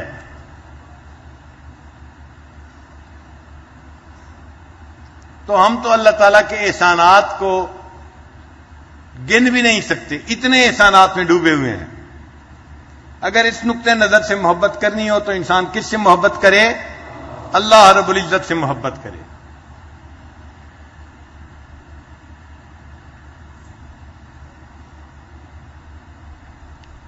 اعتکاف کے 10 دن اللہ رب العزت نے اپنے گھر میں آنے کی توفیق عطا فرمائی. اس میں ہمارا کمال نہیں ہے، یہ اس کمال والے کا کمال ہے. اللہ نے مہربانی فرمائی، ہمیں اپنے دروازے پہ جمع کر لیا، یہ اللہ کا احسان ہے. ہم اس کے احسان مند ہیں کہ اے اللہ آپ نے اپنے گھر میں حاضری کی توفیق عطا فرمائی. اجازت ہو تو آ کر میں بھی شامل ان میں ہو جاؤں، اجازت ہو تو آ کر میں بھی شامل ان میں ہو جاؤں. سنا ہے کل تیرے در پر ہجوم عاشقاں ہوگا. یہ دیکھو عاشقوں کا مجمع اللہ کے در کے اوپر آج جمع بیٹھا ہے. 10 دن گزر گئے بیٹھے بیٹھے، اور آج ہم نہیں جانتے آخری طاق رات تو یقینی ہے، رمضان کی آخری رات ہے یا نہیں یہ ہمیں نہیں معلوم، لیکن طاق رات میں سے آخری طاق رات ہے. لہذا آج کی رات کا یہ وقت بڑا قیمتی ہے. ہم اللہ تعالیٰ سے دعا مانگتے ہیں، اے اللہ 10 دن آپ کی چوکٹ پکڑ کے بیٹھے ہیں، اب فقیر اتنا لمبا عرصہ اگر بیٹھے رہیں تو مالک جو ہوتا ہے نا وہ فقیروں پر احسان کرتا ہے اور ان کو انعامات سے نوازتا ہے. اے اللہ آپ اپنے احسان کے طور پر ہمیں جنت عطا فرما دیجیے. اے اللہ ہمیں اپنے عملوں پہ بھروسہ نہیں ہے، کہ ہم اپنے عملوں کی وجہ سے جنت میں جائیں گے، لیکن ہمیں تیرے کرم پہ بڑا بھروسہ ہے. اگر آپ کرم کی نظر فرما دیں، جتنے لوگ یہاں موجود ہیں اے اللہ ان سب کے لیے آپ جنت کا فیصلہ فرما سکتے ہیں. لہذا تھوڑی دیر کے لیے سب حضرات مراقب ہو جائیے، اللہ کی طرف متوجہ ہو جائیے، پھر ہم اللہ تعالیٰ سے دعا مانگیں گے.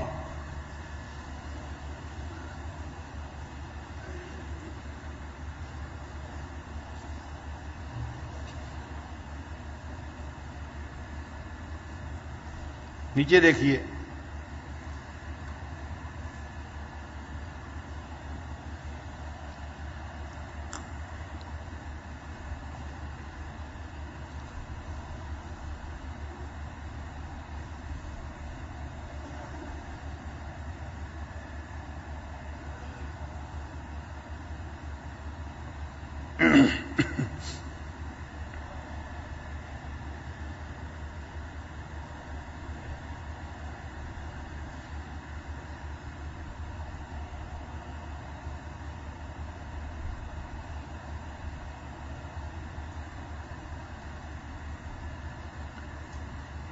عشق خدا یار و نار غضب دی،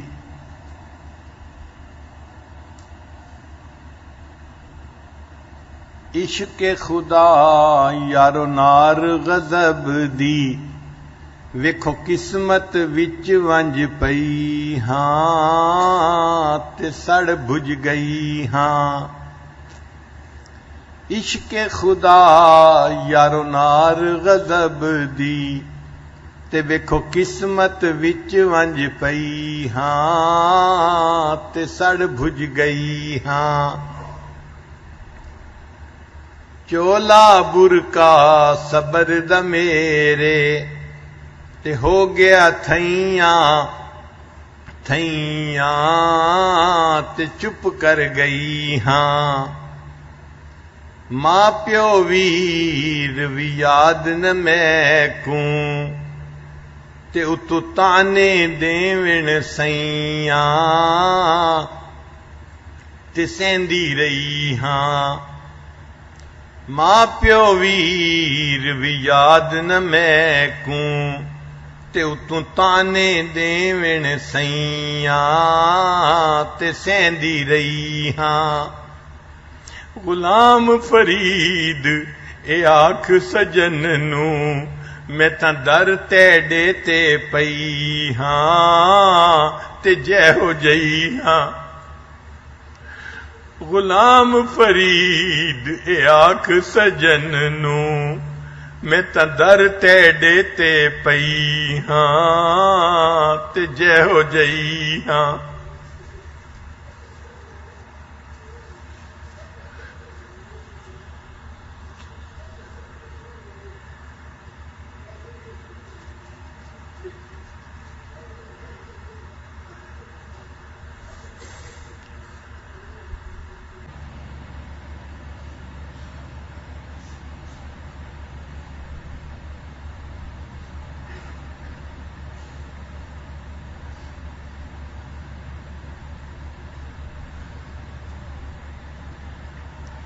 لا الہ الا اللہ محمد رسول اللہ.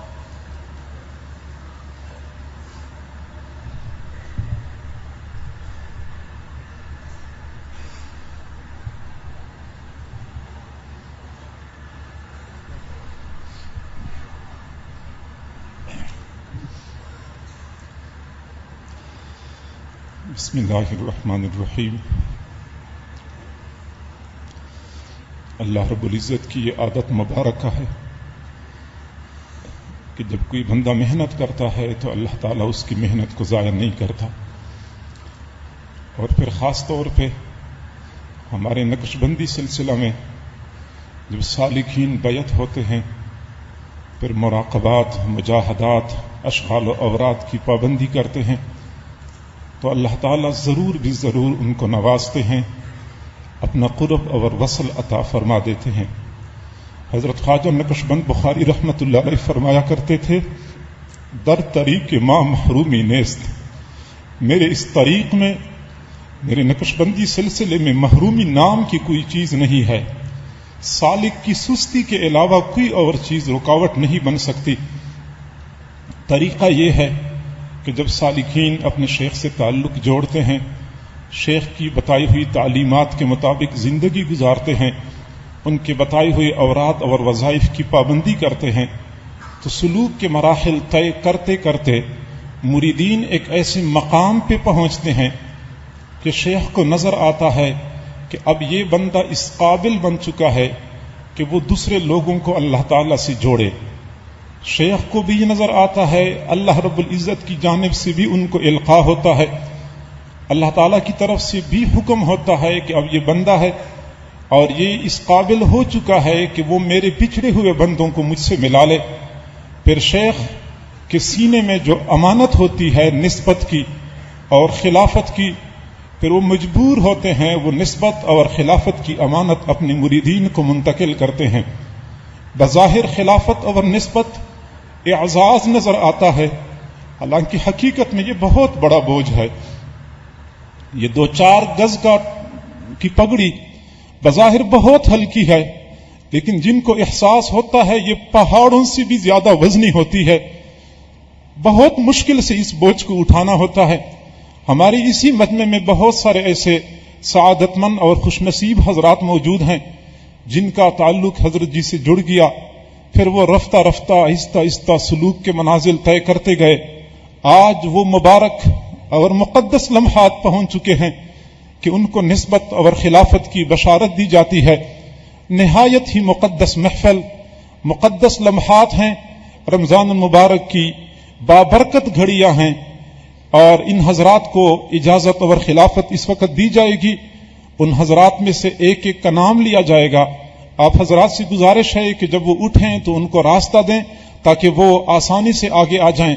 ان کی دستار بندی بھی کی جائے گی اور پھر ان کو باقاعدہ بیعت بھی کیا جائے گا۔ آخر میں پھر اطمینان سے، سکون سے دعا کی جائے گی، چونکہ ختم قرآن کی تقریب بھی ہے اور یہ نہایت ہی بابرکت اور دعاؤں کی قبولیت کی گھڑیاں ہیں۔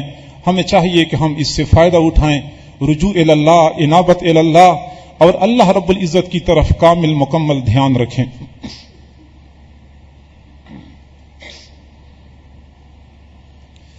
جن خوش نصیب حضرات کو اس وقت نسبت کی بشارت اور خلافت کی ذمہ داری ان کو دی جاتی ہے، ان میں سب سے پہلے خوش نصیب ہمارے اسی ادارے معہد الفقیر الاسلامی کے استاد الحدیث حضرت مولانا محمد اکرم صاحب۔ حضرت مولانا محمد اکرم صاحب جہاں کہیں بھی ہیں آگے تشریف لائیں۔ حضرت مولانا محمد اکرم صاحب آج سے تقریباً 20 سال پہلے ہمارے حضرت جی دامت برکاتہم العالیہ سے بیعت ہو گئے۔ پھر جب ہمارے ہاں یہاں پہ درس نظامی کا شعبہ شروع ہو گیا، حضرت جی دامت برکاتہم العالیہ نے ان کو اپنے ہاں پڑھانے کے لیے بلایا۔ انہوں نے سب کچھ چھوڑ چھاڑ کے یہاں پڑھانا شروع کیا۔ عرصہ 16 سال سے مسلسل معہد الفقیر میں پڑھا رہے ہیں اور حدیث کی کتابیں پڑھاتے ہیں۔ صرف یہ نہیں کہ فقط پڑھانے والے ہیں، بلکہ پڑھانے کے ساتھ ساتھ ادارے کی خدمت میں ہمیشہ کے لیے پیش رہے ہیں۔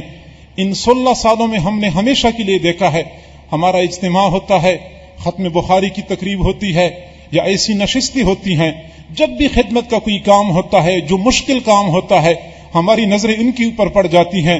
جب بھی ان کی ذمہ ہم نے کام لگایا ہے، کبھی انہوں نے یہ نہیں کہا کہ یہ کام مشکل ہے، یہ مجھ سے نہیں ہو سکتا۔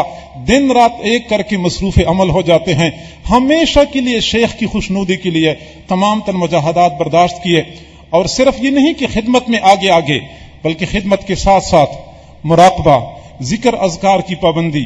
آپ حیران ہو جائیں گے، اکثر علماء یہ کہتے ہیں کہ ہم تو پڑھنے پڑھانے میں لگے ہوتے ہیں، ہمارے پاس تو مراقبے کا وقت نہیں ہوتا۔ حالانکہ یہاں پڑھانا مستقل ایک کام، مدرسے کی دوسری خدمات یہ اس کے علاوہ، اور اس کے ساتھ ساتھ 2-2.5 گھنٹے 3 گھنٹے دوران تعلیم روزانہ کا مراقبہ، اور چھٹیوں میں مراقبے کی مقدار 7-8 گھنٹے تک پہنچ جاتی ہے۔ پرانے زمانے میں ہم سنا کرتے تھے کہ حضرت مولانا حسین علی صاحب وہاں بچرا والے، وہ عشاء کے بعد مراقبے کے لیے بیٹھ جاتے تھے، اور تہجد کے وقت ان کا مراقبہ ختم ہوتا تھا. حضرت مولانا موصوف کا بھی یہی طریقہ ہے. چھٹیوں میں تو بالکل یہی معمول ہوتا ہے. عشاء کے بعد مراقبے کے لیے بیٹھ گئے اور فجر کی اذان کے وقت بلکہ تہجد کے وقت مراقبے سے اٹھ گئے. اور ابھی رمضان شریف میں بتا رہے تھے کہ پوری رات کا مراقبہ، ظہر کے بعد سے لے کے عصر تک مستقل مراقبہ، گویا کہ 7-8 گھنٹے سے بھی یہ مقدار آگے بڑھ جاتی ہے. علم کے ساتھ ساتھ اللہ رب العزت نے تواضع جیسی صفت سے نوازا ہے. عام طور پہ علم ہوتا ہے تو ساتھ تکبر بھی ہوتا ہے. تواضع بہت کم علماء کو نصیب ہوتی ہے. اللہ رب العزت نے ان کو تواضع سے بھی نوازا ہے اور یہ ان کی خدمات اور ان کی محنتوں کا ثمرہ ہے کہ آج ان کو نسبت اور خلافت کی بشارت دی جاتی ہے. دوسرے خوش نصیب ہماری اسی ادارے کے ایک اور استاد حضرت مولانا مفتی محمد عبداللہ صاحب. حضرت مولانا مفتی محمد عبداللہ صاحب 16 سال پہلے حضرت جی دامت برکاتہم العالیہ سے بیعت کر لی. طالب علم تھے، اس وقت اولا پڑھ رہے تھے کسی اور ادارے میں. پھر حضرت جی کی محبت ان کو کھینچ لائی، یہاں ادارے میں آ گئے اور یہاں پہ انہوں نے پڑھنا شروع کیا. پڑھتے بھی تھے، ساتھ ساتھ ذکر اذکار کرتے ہوئے تصوف کے مراحل بھی طے کرتے رہے. اور ایک وقت وہ بھی آ گیا کہ اسی ادارے میں انہوں نے دورہ حدیث مکمل کر لیا. دورہ حدیث کے ساتھ ساتھ پھر تخصص فی الفقہ بھی کر لیا، گویا کہ مفتی بھی بن گئے. اور مفتی بننے کے بعد پھر انہوں نے پڑھانا شروع کر دیا. پڑھانے کے ساتھ ساتھ ان کی جو اپنے شیخ کے ساتھ محبت اور عقیدت تھی یقیناً ہم سب کے سامنے ہے. میں کئی مرتبہ دوستوں کو کہا کرتا تھا، شاید ان کو معلوم نہ ہو کہ جو بندہ فنا فی شیخ بندے کو دیکھنا چاہتا ہے وہ ان کو دیکھ لے. جیسے بندہ اپنے شیخ کو حوالے کرتا ہے اور حوالے کرنے کا حق ہوتا ہے، ایسے ہی انہوں نے اپنے آپ کو شیخ کے حوالے کیا. ہر موقع پہ شیخ سے مشورہ مشاورت کیا کرتے تھے. اور حالت یہ تھی کہ تعلیمی ایام میں تو یہاں پہ رہتے ہی تھے، چھٹیوں میں بھی یہاں رہنے کا معمول. نہ انہوں نے کبھی یہ سوچا کہ یہ جمعے کی رات ہے لہذا چھٹی ہے، جمعے کا دن ہے چھٹی ہے، یا شعبان اور رمضان کا مہینہ ہے یہ چھٹی کے مہینے ہیں. نہیں، ہر وقت یہیں پہ رہنے کا معمول بنایا. اور مراقبہ کتنا کرتے تھے؟ 7-8 گھنٹے ان کا بھی اوسطاً مراقبے کا معمول رہا ہے. اور ہماری اسی ادارے میں تعلیم کا ایک شعبہ ہے ای معہد کے نام سے. بیرون ملک میں ہمارے جو احباب ہیں، حضرت جی کے متعلقین ہیں، وہ باقاعدہ اداروں میں داخلہ لے کے نہیں پڑھ سکتے، ان کو آن لائن ہم پڑھاتے ہیں. اس ادارے کے نگران اور منتظم بھی یہی ہیں، تعلیمی انتظامات ان کی ذمہ ہوتے ہیں. اور تیسرے خوش نصیب اسی مجلس میں حضرت مولانا شیخ الحدیث مولانا محمد نعیم صاحب اٹک سے ان کا تعلق ہے. اٹک یہ چھچ کے علاقے میں آتا ہے. چھچ کا علاقہ یہ علم پروری میں اور علم کی نشر و اشاعت میں بہت مشہور ہے. اور اسی علاقے میں ایک مشہور قصبہ ہے غورغشتی رحمت اللہ غورغشتی. اور اسی قصبے میں ایک بہت مشہور محدث گزرے ہیں حضرت مولانا نصیر الدین غورغشتوی رحمت اللہ علیہ. سرحد اور بلوچستان اور افغانستان تک ان کا فیض پھیل چکا ہے. حضرت مولانا نصیر الدین غورغشتوی رحمت اللہ علیہ نقشبندی سلسلے کے بزرگ تھے. وقت کے محدث ہونے کے ساتھ ساتھ ایک بلند پایا شیخ طریقت بھی تھے. حضرت مولانا محمد نعیم صاحب کے والد حضرت صوفی خواجہ نجم الدین صاحب یہ ان سے بیعت تھے. اور فقط بیعت نہیں تھے، اپنے شیخ کے عاشق صادق تھے. بندہ حیران ہو جاتا ہے، دینی امور میں تو شیخ سے مشورہ لینا یہ تو عام معمول ہے. ان کا معمول یہ ہوتا تھا کہ اگر کبھی طبیعت خراب ہوتی تھی تو بیماری کے حوالے سے لوگ کہتے ڈاکٹر کے پاس چلے جاؤ. وہ فرمایا کرتے تھے میں نے تو اپنے شیخ سے مشورہ کرنا ہے. تو بیماری میں بھی حالانکہ شیخ کوئی ڈاکٹر نہیں تھے، کوئی طبیب نہیں تھے، لیکن بیماری کے مشورے مشاورت بھی اپنے شیخ کے ساتھ کیا کرتے تھے. اگرچہ پورے عالم تو نہیں تھے لیکن اپنے علاقے میں مسجد کی امامت بھی کرتے تھے اور ساتھ ساتھ اپنے پورے علاقے میں بچوں کو ناظرہ پڑھایا کرتے تھے. ہم نے بہت غور فکر سے کام لیا، بہت سوچا. بہت سارے اکابر کے جو والد تھے ہم نے معلوم کیا وہ اپنے زمانے میں اپنے علاقے کے بچوں کو ناظرہ قرآن پڑھاتے تھے. بندہ حیران ہو جاتا ہے. حضرت مولانا محمد یحییٰ صاحب رحمت اللہ علیہ، حضرت شیخ الحدیث رحمت اللہ علیہ کے والد، ان کے والد کا بھی یہی معمول تھا، اپنے بچوں کو، محلے کے بچوں کو ناظرہ قرآن پڑھایا کرتے تھے۔ ہمارے حضرت جی دامت برکاتہم العالیہ کے والد گرامی عالم تو نہیں تھے، لیکن اپنے محلے کے بچوں کو بے لوث بغیر کسی معاوضہ کے سال ہا سال تک ناظرہ قرآن پڑھاتے رہے۔ ناظرہ قرآن میں ان کے شاگردوں کی تعداد 20 میں نہیں بلا مبالغہ سینکڑوں میں ہے۔ تو یہ قرآن کا ایک فیض عجیب ہے کہ جب والد بچوں کو ناظرہ قرآن پڑھاتے ہیں، اللہ تعالیٰ ان کی اولاد کو دین کی خدمت کے لیے قبول فرماتے ہیں۔ حضرت مولانا محمد نعیم صاحب 22 سال پہلے حضرت جی دامت برکاتہم العالیہ سے بیعت ہوئے تھے اور جامعہ اشرفیہ کے فاضل ہیں، اور 1995 میں درس نظامی سے فراغت حاصل کر لی۔ پھر اپنے علاقے میں ایک مدرسہ قائم کر لیا، مدرسہ امیر معاویہ غورغشتی اٹک میں۔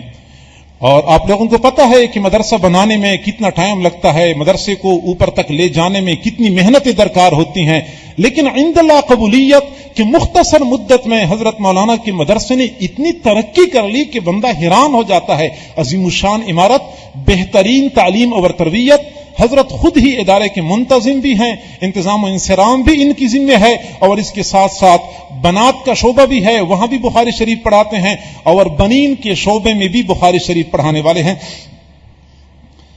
اور صرف یہ نہیں بلکہ حضرت جی کے ساتھ عقیدت اور محبت مثالی۔ جب بھی یہاں پروگرام ہوتا ہے دور کے علاقے سے علماء کہتے ہیں ہمارے پاس ٹائم نہیں ہوتا، حالانکہ حضرت مولانا جب بھی کوئی پروگرام ہوا تمام تر مصروفیات کے باوجود باقاعدگی کے ساتھ حاضری دینا، اور بنیادی وصف یہ کہ جب بھی یہاں پہ حاضری دی کبھی یہ ظاہر نہیں کیا میں شیخ الحدیث ہوں، میں بڑے ادارے کا محتمم ہوں، چپکے سے جہاں کہیں موقع مل گیا وہاں بیٹھ گئے، اور تواضع کی انتہائی اعلیٰ درجے کی مثال قائم کر دی۔ ان کو بھی ابھی اجازت و خلافت دی جائے گی۔ چوتھے خوش نصیب ہماری اسی مجمع میں، ہماری اسی نشست میں حضرت شیخ ہمایون حنیف صاحب، جن کا تعلق کراچی سے ہے۔ اللہ رب العزت نے ان کو دنیاوی علوم میں بہت زیادہ نوازا ہے، بہت اعلیٰ درجے کے دنیاوی اعتبار سے تعلیم یافتہ ہیں، اور 1991 میں اپنے شیخ حضرت مولانا شمس الرحمان عباسی صاحب، جو ہمارے سلسلہ نقشبندیہ کے بہت مشہور امام ہیں، ان سے بیعت ہو گئے، اور 3 سال کی قلیل مدت میں اپنے شیخ سے اجازت اور خلافت پائی، اور یہ اپنے شیخ کے خلیفہ اول قرار پائے، اور ان کو بڑی سعادت یہ حاصل ہے کہ اپنے شیخ کی صحبت میں 26 سال متواتر گزارے ہیں۔ آپ کو پتہ ہے جو بندہ اپنے شیخ کی صحبت میں 10 دن گزارتا ہے ان کی قلبی کیفیت کیا ہوتی ہے، تو جن حضرات نے 26 سال مسلسل اپنے شیخ کی صحبت میں گزارے ہیں ان کی روحانیت کا کیا مقام ہوگا۔ پھر اس کے بعد 1997 میں حضرت شیخ الحدیث مولانا محمد زکریا رحمۃ اللہ علیہ کے خلیفہ حضرت ڈاکٹر اسماعیل میمن صاحب سے بھی اجازت و خلافت پائی، اور پھر ان کا تعلق حضرت جی کے ساتھ جڑ گیا، اور ظاہری بات ہے کہ اتنے حضرات سے فیض پانے کے بعد حضرت جی کے ساتھ بھی تعلق جڑ گیا تو نور علی نور ثابت ہو گیا۔ اور صرف یہ نہیں بلکہ پہلے سے حضرت اپنے علاقے کراچی میں عوام اور خواص کے لیے مرجع ہیں۔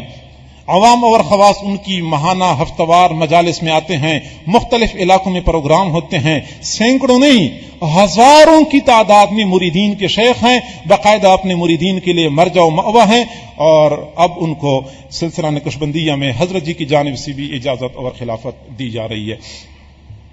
5ویں خوش نصیب ہماری اسی نشست میں حضرت مولانا دوست محمد صاحب، جن کا تعلق بنو سے ہے۔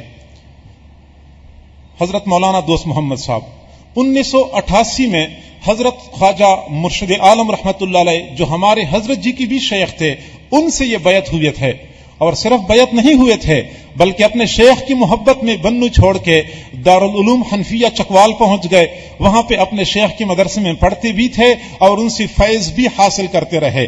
ان کے دنیا سے پردہ فرمانے کے بعد پھر حضرت جی دامت برکاتہم العالیہ سے بیعت ہو گئے، اور پھر بیعت میں محبت انتہائی درجے کی۔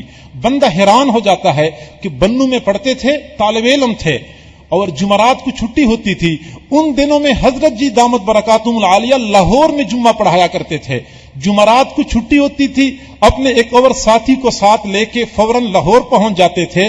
12-14 گھنٹے اس وقت لگا کرتے تھے، نہ سڑکیں اتنی اچھی ہوتی تھی، نہ سفر کی سہولیات اتنی ہوتی تھی۔ 14 گھنٹے کا سفر کر کے بنو سے لاہور پہنچتے تھے، لاہور میں جمعہ پڑھنے کے بعد فوراً پھر روانہ ہوتے تھے، اور ہفتے کی صبح کو بنو میں اپنے مدرسے کے اسباق میں پہنچ جایا کرتے تھے۔ اور یہ ایک نہیں، دو نہیں، 4 جمعوں کی بات نہیں ہے، طویل عرصے تک ان کا یہ معمول رہا ہے۔ یہاں سے معلوم ہوتا ہے کہ شیخ کے ساتھ محبت کیا چیز ہوتی ہے۔ 1988 سے سلسلے میں منسلک، اور پھر اللہ رب العزت نے ان کو نوازا بھی تو اسی کے بقدر ہے کہ اپنے دین کی خدمت کے لیے اللہ رب العزت نے قبول فرمایا۔ لوگ ایک مدرسہ نہیں بنا سکتے، اللہ رب العزت نے ان کو 2 مدرسے بنانے کی توفیق عطا فرمائی ہے۔ کثیر تعداد میں بنات بھی ان کے مدرسے میں زیر تعلیم ہیں، رہائشی اور غیر رہائشی بچیاں، اور بنین کا بھی زبردست ادارہ ہے، مثالی تعلیم کے ساتھ ساتھ تربیت بھی بہت مثالی ہے، اور وہاں کے علاقے میں اچھی خاصی شہرت پانے والا ادارہ ہے۔ اور صرف یہ نہیں بلکہ خلافت ملنے سے قبل اللہ رب العزت نے دین کی دعوت کے لیے ایسا قبول فرمایا کہ اندرون ملک تو ان کے اسفار ہوتے رہتے ہیں، مختلف شہروں میں پروگراموں میں جانا، دین کی دعوت کے لیے جانا، 5-7 ممالک میں، افریقہ میں اور یمن میں اور ایران میں اور مختلف ممالک میں اللہ رب العزت نے ان کو دین کی دعوت کے لیے قبول فرمایا ہے، اور وہاں پہ گئے ہیں، اللہ کا نام لوگوں تک پہنچایا ہے۔ اور اس کے ساتھ ساتھ اللہ رب العزت نے ان کو خدمت کا جذبہ بھی عطا فرمایا ہے، خدمت کا سلیقہ بھی عطا فرمایا ہے۔ آپ حضرات دیکھتے ہیں معتکفین کی خدمت میں یہ بالکل پیش ہوتے تھے، بلکہ تمام تر خدمات کی نگرانی کرنے والے تھے۔ اس سے پہلے بھی یہاں پہ اعتکاف ہوتا تھا، حضرت جی دامت برکاتہم العالیہ تو یہاں پہ نہیں ہوتے تھے اعتکاف کے وقت، لیکن اپنے شیخ کی اداری کی محبت ان کو کھینچ لاتی تھی، یہاں پہ اعتکاف کیا کرتے تھے، اور جملہ معتکفین کی کھانے پینے کی خدمات، سیکورٹی کی خدمات بنفس نفیس خوشی سر انجام دیا کرتے ہیں۔ تو یہ اللہ رب العزت کی طرف سے ان کو نوازا جا رہا ہے۔ چھٹے خوش نصیب حضرت مولانا کلیم اللہ صاحب، قلعہ عبداللہ سے ان کا تعلق ہے، بلوچستان۔ حضرت مولانا کلیم اللہ صاحب 2005 میں یعنی آج سے 11 سال پہلے اپنے شیخ سے بیعت ہوئے۔ اس وقت جامعہ مدنیہ جدید میں یہ پڑھتے تھے اور وہاں سے فراغت حاصل کر لی۔ دوران طالب علمی بھی ذکر اذکار اشغال میں کافی محنت کرتے تھے۔ پھر اس کے بعد ہمارے حضرت جی دامت برکاتہم علیہ کے زیر سرپرستی چلنے والا ادارہ مدرسہ آس لاہور میں باقاعدہ ایک شعبے کے منتظم کے طور پہ 3 سال تک خدمات سر انجام دیتے رہے۔ لیکن جب انہوں نے دیکھ لیا کہ یہاں پہ تو کام کرنے والے افراد بہت سارے ہیں، جبکہ اپنے علاقے میں کام کرنے کی بہت ضرورت ہے، تو یہاں سے اجازت لے کے پھر اپنے علاقے میں تشریف لے گئے۔ 1 نہیں 2 مدارس قائم کر لیے، اور مدارس کے قیام کے ساتھ ساتھ دین کی دعوت کے لیے، دین کی نشر و اشاعت کے لیے مختلف علاقوں میں ان کے پروگرام ہوتے ہیں، اور ہفتہ وار ماہوار پروگرام میں لوگوں کا بڑا رجوع ہوتا ہے ان کی طرف، بڑا مجمع ہوتا ہے، اور ان کی خدمات اور ان کی محنتوں کے بدلے میں آج ان کو نسبت اور خلافت کی بشارت دی جاتی ہے۔ 7ویں خوش نصیب حضرت مولانا قاری محمد عمر لیاس صاحب، ان کا تعلق بنو سے ہے۔ حضرت مولانا قاری محمد عمر لیاس صاحب، اور 22 سال پہلے حضرت جی دامت برکاتہم العالیہ سے بیعت ہوئے۔ خوش نصیبی یہ ہے کہ اللہ رب العزت نے ان کو 29 سال سے، آپ لوگ دیکھ رہے ہوں گے شاید عمر تھوڑی ہے، لیکن نو عمری میں اللہ نے دین کی خدمت کے لیے، تدریس کے لیے قبول فرمایا ہے۔ 29 سال سے مسلسل یہ تدریس کا فریضہ سر انجام دے رہے ہیں اپنے اساتذہ کی زیر نگرانی میں۔ اور بنوں میں ایک مشہور مدرسہ ہے، مدرسہ معارف العلوم، اس مدرسے کا انتظام و انصرام بھی ان کی ذمہ ہے، اور غلہ منڈی کی مشہور جامع مسجد ہے، اس مسجد میں امامت اور خطابت کے فرائض بھی سر انجام دے رہے ہیں۔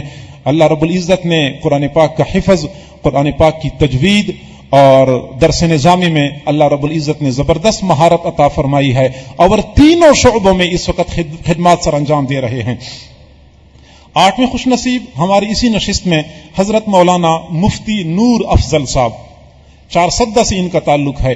حضرت مولانا مفتی نور افضل صاحب سن 2000 میں، آج سے 16 سال پہلے حضرت جی سے بیعت ہوئے، اور فراغت حاصل کرنے کے بعد باقاعدہ مفتیان کے زیر نگرانی تخصص فی الفقہ کے مراحل طے کر لیے، اور اس وقت اپنے علاقے میں جامعہ اسلامیہ تنگی بہت مشہور ادارہ ہے، پرانا 1952 کا قائم شدہ ادارہ ہے، بڑے بڑے اکابر وہاں پہ اس وقت خدمات سر انجام دے رہے ہیں، اور یہ اسی ادارے میں درس اور تدریس میں مصروف ہیں۔ یہ ان کے لیے بھی اعزاز ہے کہ اتنے بڑے ادارے میں ان کو خدمت سر انجام دینے کا موقع ملا ہے، بلکہ ہماری پوری جماعت کے لیے اعزاز ہے، ان کو ابھی خلافت سے نوازا جا رہا ہے۔ اور 9ویں خوش نصیب حضرت مولانا ولی الرحمان صاحب، حضرت مولانا ولی الرحمان، ان کا تعلق بنو سے ہے اور ایک ادارے سے وہاں سے فارغ التحصیل ہیں۔ 20 سال پہلے حضرت جی سے بیعت ہو گئے، اور بیعت ہونے کے بعد پھر ان کی زندگی میں جو نیکی، تقوی، پرہیزگاری، تدین لوگوں نے دیکھ لیا تو لوگ حیران ہو گئے، اور صرف یہ نہیں بلکہ اپنے علاقے میں بیانات میں اور لوگوں کو دعوت دینے میں بہت زیادہ خدمات سر انجام دے رہے ہیں۔ اس وقت وہ لوگوں کے لیے بڑا مرجع بنے ہوئے ہیں۔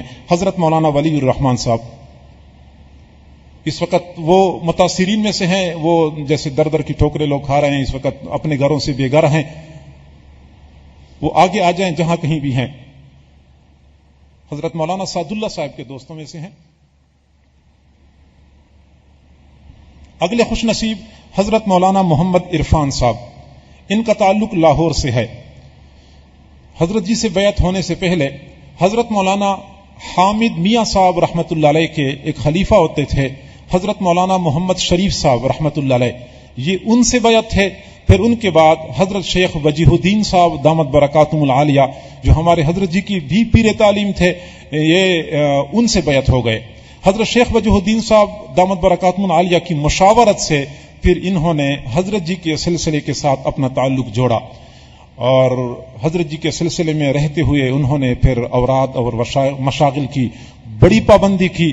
لاہور میں ان کا اپنا ایک مدرسہ ہے بنین کا، اور ایک مدرسہ بنات کا ہے جو دین خدمات سر انجام دے رہا ہے۔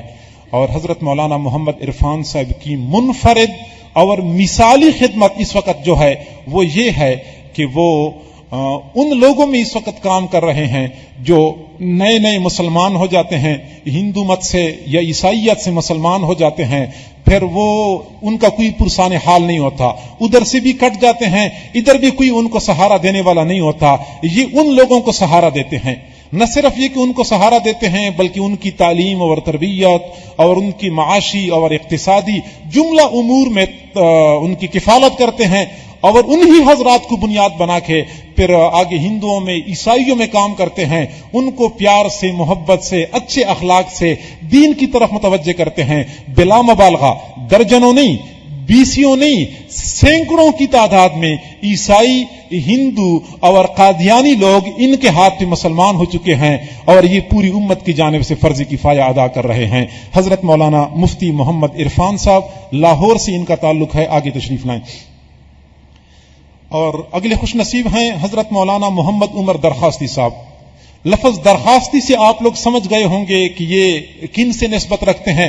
درخواستی حضرت مولانا عبداللہ درخواستی رحمۃ اللہ علیہ کے نام نامی سے ہم میں سے ہر بندہ واقف ہے، اور یہ حضرت مولانا محمد عمر درخواستی صاحب اسی خاندان کے چشم و چراغ ہیں، اسی خاندان کے چشم و چراغ ہیں۔ حضرت درخواستی رحمۃ اللہ علیہ کی اولاد میں سے ہیں، اور ان کے والد صاحب حضرت مولانا انیس الرحمان درخواستی صاحب کراچی میں ایک حادثے میں شہید ہو گئے تھے، یہ ان کے فرزند ارجمن ہیں، اور جامع عبداللہ بن مسعود کے فاضل بھی ہیں جوہانپور میں ہے، اور ان کے اس ادارے میں مدرس بھی ہیں، تدریس کی خدمات سر انجام دے رہے ہیں۔ اللہ رب العزت نے نو عمری میں بھی مثال خصلتوں سے اور خاصیتوں سے نوازا ہے، کیوں نہ ہو، یہ پورا خاندان ہی ایسا ہے۔ ایسے خاندان میں پلنے والے بچے تھوڑی سی کوشش کرتے ہیں، یہ نسبتیں تو بھاگتی ہیں ان کی پیچھے، بندہ تھوڑی سی کوشش کر لے، نسبت ان کے پیچھے بھاگ رہی ہوتی ہے۔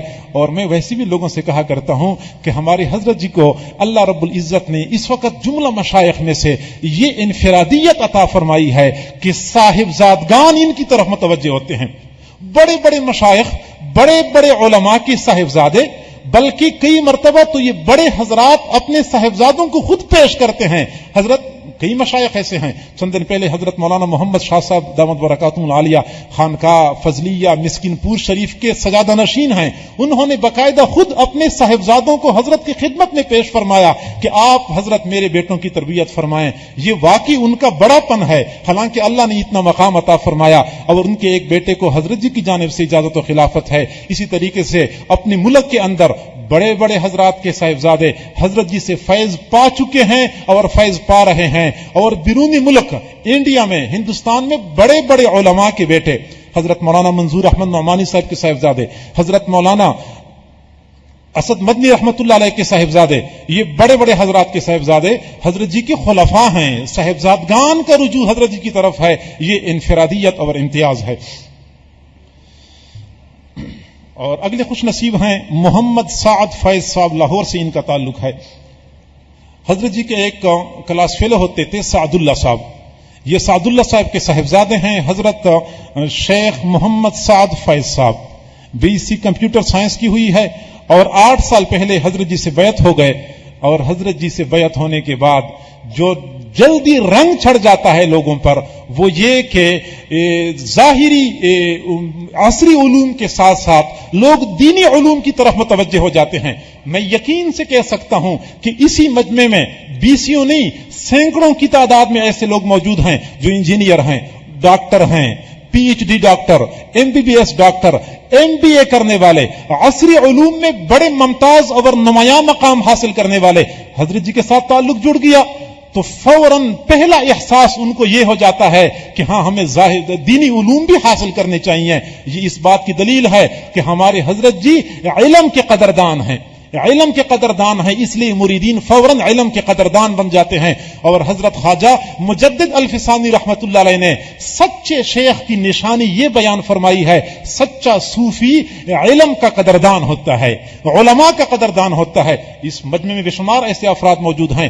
تو یہ باقاعدہ ظاہری علوم عصری علوم کے پڑھے ہوئے تھے، لیکن پھر دینی علوم میں اس وقت بخاری شریف اور مسلم شریف پڑھ چکے ہیں. اس کے ساتھ ساتھ اوراد و اشغال میں کافی کوشش کرتے رہے. اس وقت ان کو ان کی محنتوں کے نتیجے میں نسبت اور خلافت دی جا رہی ہے. اگلے خوش نصیب حضرت مولانا ضیاء الرحمان صاحب، ان کا تعلق بھی بنو سے ہے. حضرت مولانا ضیاء الرحمان صاحب عالم ہیں اور نو عمری میں اللہ رب العزت نے بہت ساری صفات سے نوازا ہے. علم کے ساتھ ساتھ حلم، اور علم میں اعلی درجے کی مہارت، اس کے ساتھ ساتھ تواضع، تقوی اور تدین مثالی ہے. اپنے 2 مدرسے ہیں، بنین کا مدرسہ الگ ہے، بنات کا مدرسہ الگ ہے. علمی خاندان ہے، ان کے کئی بھائی ہیں، سارے کے سارے علم سے تعلق رکھنے والے ہیں. اس وقت وہ جامعہ زینب میں مدرس کی حیثیت سے فرائض سر انجام دے رہے ہیں. اور اگلے خوش نصیب ہماری اسی نشست کے جناب شیخ ایاز مصطفیٰ خلیل صاحب، جن کا تعلق USA امریکہ سے ہے. جناب ایاز مصطفیٰ خلیل صاحب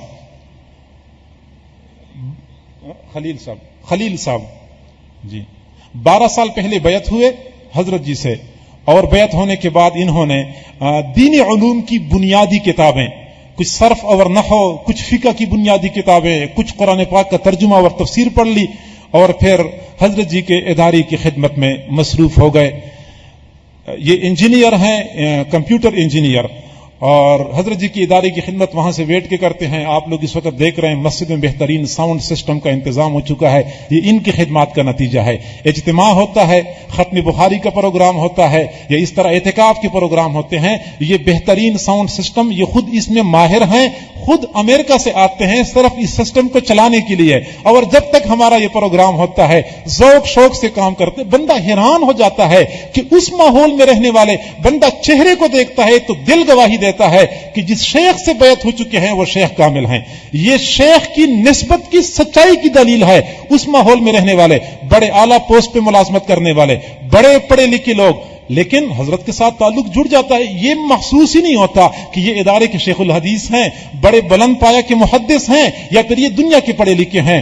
اور اسی ادارے میں ہمارا ای مہد کا جو شعبہ ہے, انٹرنیٹ کا جملہ انتظام, اور ہمارے جو مختلف ویب سائٹس ہیں ان کو یہ کنٹرول کرتے ہیں. ان کی خدمات ہیں, اور ان خدمات اور ان کی محنتوں کے نتیجے میں ان کو یہ صلہ دیا جا رہا ہے.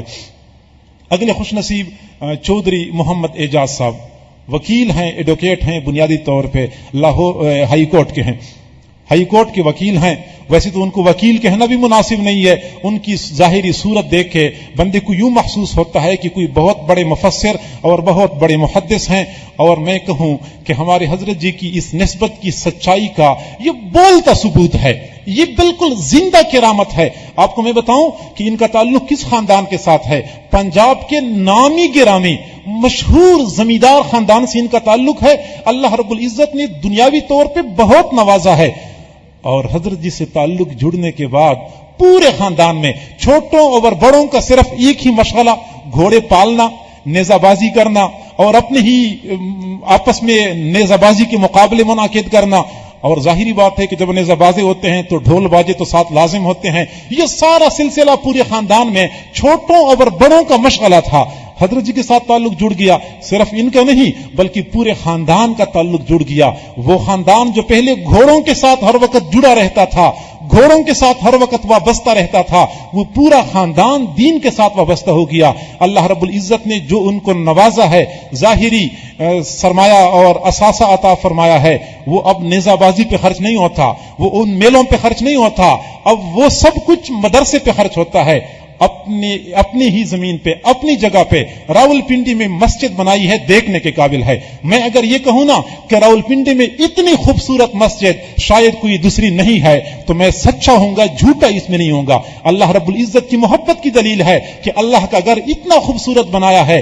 بنین کا مدرسہ بھی ہے اور ذاتی خرچ اخراجات سے پورا مدرسہ چلا رہے ہیں, اور بے شمار تعداد میں طلباء رہائشی اور غیر رہائشی پڑھ رہے ہیں. اسی طریقے سے بنات کا مدرسہ بنایا ہوا ہے. اور آپ حیران ہو جائیں گے کہ حضرت جی کے ساتھ تعلق نہیں جڑا تھا, عام دنیا دار خاندان تھا, لیکن تعلق جڑ گیا, پورے خاندان کا تعلق جڑ گیا, مردوں کا بھی اور خواتین کا بھی. اس وقت یہ خود باقاعدہ درس نظامی پڑھ رہے ہیں, اور ان کے خاندان کے متعدد لڑکے نوجوان حافظ قرآن بن چکے ہیں, درس نظامی پڑھ رہے ہیں. اور 35 کے قریب بچیاں اس وقت باقاعدہ وفاق المدارس سے درجہ عالمیہ کا امتحان پاس کر چکے ہیں. ایک ہی خاندان میں. یہ اس بات کی دلیل ہے کہ پیچھے سے نسبت کامل ہے, ملنے والی توجہات بڑی مضبوط ہیں. اور اگلے خوش نصیب ہماری اسی نشست میں جناب صوفی انجینئر محمد ابیر صاحب, ان کا تعلق لاہور سے ہے. محمد ابیر صاحب انجینئر ہیں بنیادی طور پہ, اور 10 سال پہلے حضرت جی سے بیعت کر لی. لمس یونیورسٹی میں انہوں نے BSc اکنامکس کی ہوئی ہے, اور ظاہری علم کے ساتھ ساتھ بیعت ہو گئے تو عصری علوم بھی پڑھنے شروع کر دیے. الحمدللہ اس وقت درجہ سادسہ تک پڑھ چکے ہیں, سادسہ کا امتحان پاس کر لیا ہے وفاق المدارس سے. آگے 2 سال میں باقاعدہ یہ مستند عالم بن جائیں گے. صرف یہ نہیں بلکہ اس کے ساتھ ساتھ اوراد اشغال کی پابندی کرتے رہے. شیخ کے ساتھ محبت اور عقیدت بھی مثالی ہے, اور ان کی انہی خدمات کے بدلے میں ان کو اس وقت نسبت اور اجازت و خلافت سے نوازا جا رہا ہے. ابھی انشاءاللہ دستربندی ہوگی. جو حضرت جی کے پرانے خلفاء حضرات ہیں ان سے گزارش ہے کہ وہ آگے تشریف لائیں, سائٹ پہ تشریف لائیں, تاکہ ان حضرات کی دستربندی ہو جائے اور ان کے سر پہ شفقت کا ہاتھ رکھیں. جی میں نے بتا دیا. خلفاء حضرات آگے تشریف لائیں. مولانا گل رئیس صاحب کہاں پہ ہیں؟ جی مولانا قاسم منصور صاحب تشریف لائیں. مولانا قاسم منصور صاحب. اور شیخ الحدیث صاحب کہاں ہیں؟ پروفیسر صاحب تشریف لائیں. حافظ سہیل صاحب, حافظ محمد سہیل عرفان صاحب تشریف لائیں. شیخ الحدیث حضرت مولانا احمد سعید صاحب, حضرت شیخ ظفر الاسلام صاحب آگے تشریف لائیں. حضرت جی کا حکم ہے خلفاء حضرات آگے تشریف لائیں اور وہ ان کی دستربندی کے عمل میں شریک ہو جائیں.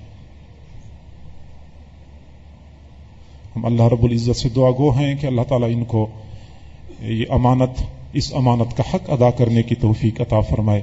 یقیناً بہت بڑا بوجھ ہے، بندہ خود اس کو نہیں اٹھا سکتا جب تک کہ اللہ کی مدد شامل حال نہ ہو. اللہ تعالیٰ اپنی مدد شامل حال فرمائے.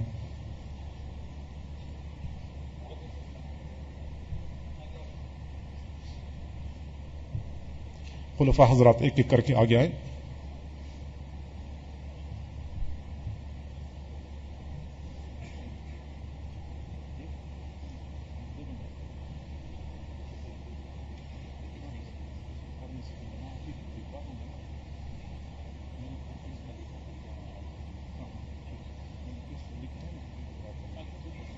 تشریف لائیں آگے.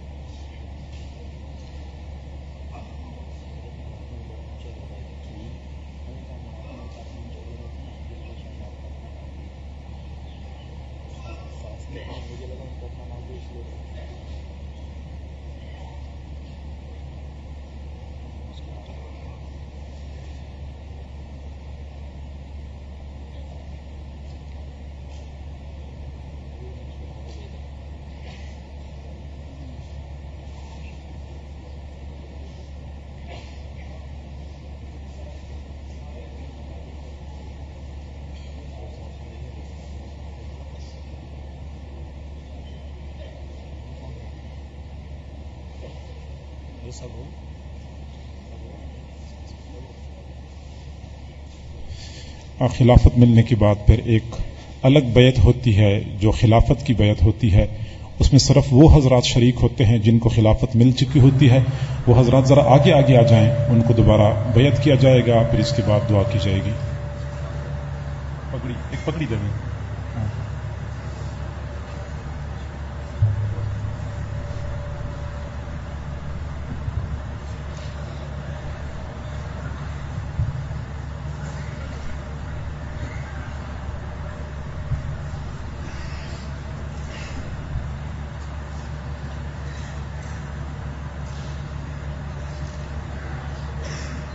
میں نہیں ہوں.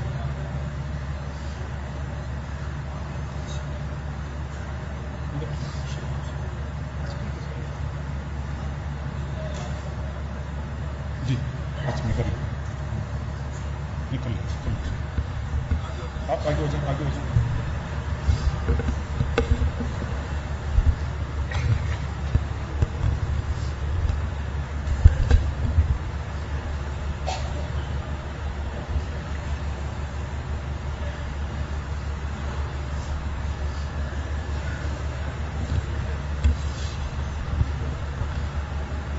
ایک ہوتی ہے عام بیعت، اس کو بیعت توبہ کہتے ہیں، یہ ہم سب کرتے ہیں سلسلے میں داخل ہونے کے لیے. اور ایک جب اجازت خلافت دی جاتی ہے اس وقت بیعت لی جاتی ہے.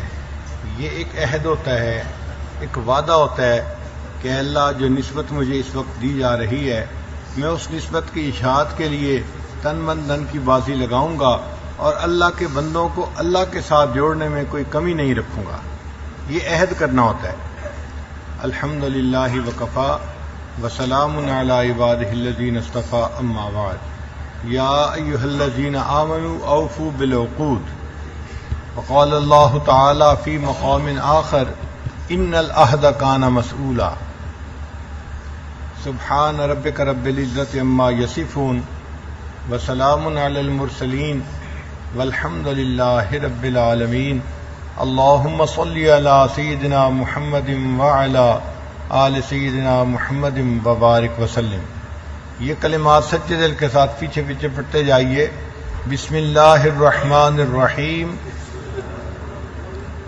لا الہ الا اللہ محمد الرسول اللہ. آمنت باللہ وملائکتہ وکتبہ ورسلہ والیوم الآخر والقدر خیرہ وشرہ من اللہ تعالی والبعث بعد الموت. آمنت باللہ کما ہوا باسمائہ وصفاتہ وقبلت جمیع احکامہ اقرار باللسان وتصدیق بالقلب. اشہد ان لا الہ الا اللہ واشہد ان محمدا عبدہ ورسولہ. استغفر اللہ ربی من کل ذنب واتوب الیہ. استغفر اللہ ربی من کل ذنب واتوب الیہ. استغفر اللہ ربی من کل ذنب واتوب الیہ. یا اللہ میں وعدہ کرتا ہوں جو نسبت کا بوجھ میرے کندھوں پر ڈالا گیا ہے اس کی اشاعت کے لیے میں تن من دھن کی بازی لگاؤں گا، تقوی کی زندگی اختیار کروں گا اور اللہ کے بندوں کو اللہ کے ساتھ جوڑوں گا. اے اللہ اس معاملے میں میری مدد فرما اور قیامت کے دن مجھے اپنے مشائخ اور نبی علیہ السلام کے سامنے سرخرو فرما. وصلی اللہ تعالی علی حبیبہ سیدنا محمد وآلہ واصحابہ اجمعین برحمتک یا ارحم الراحمین. جزاکم اللہ خیر.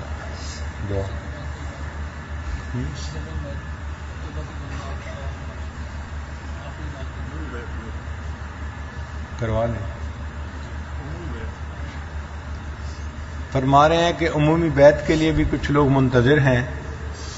تو آج کی رات 29 کی رات ہے، یعنی اس رمضان کی آخری طاق رات ہے.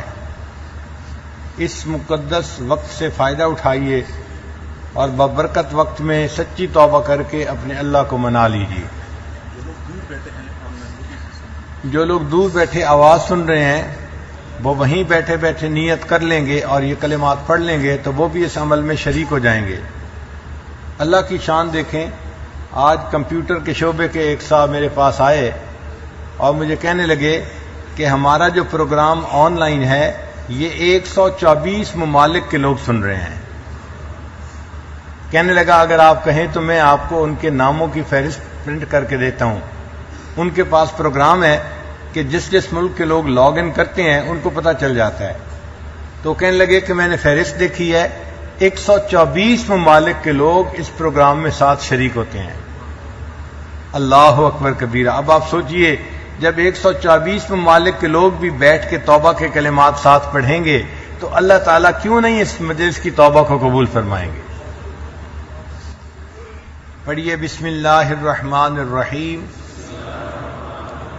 لا الہ الا اللہ محمد الرسول اللہ، آمنت باللہ وملائکتہ وکتبہ ورسلہ والیوم الآخر والقدر خیرہ وشرہ من اللہ تعالی والبعث بعد الموت، آمنت باللہ کما ہوا باسمائہ وصفاتہ وقبلت جمیع احکامہ اقرار باللسان وتصدیق بالقلب، اشہد ان لا الہ الا اللہ واشہد ان محمدا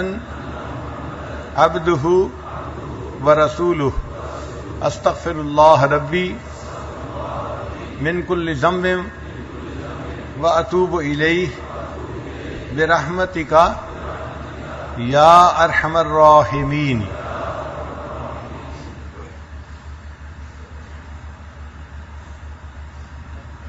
دعا کرنا۔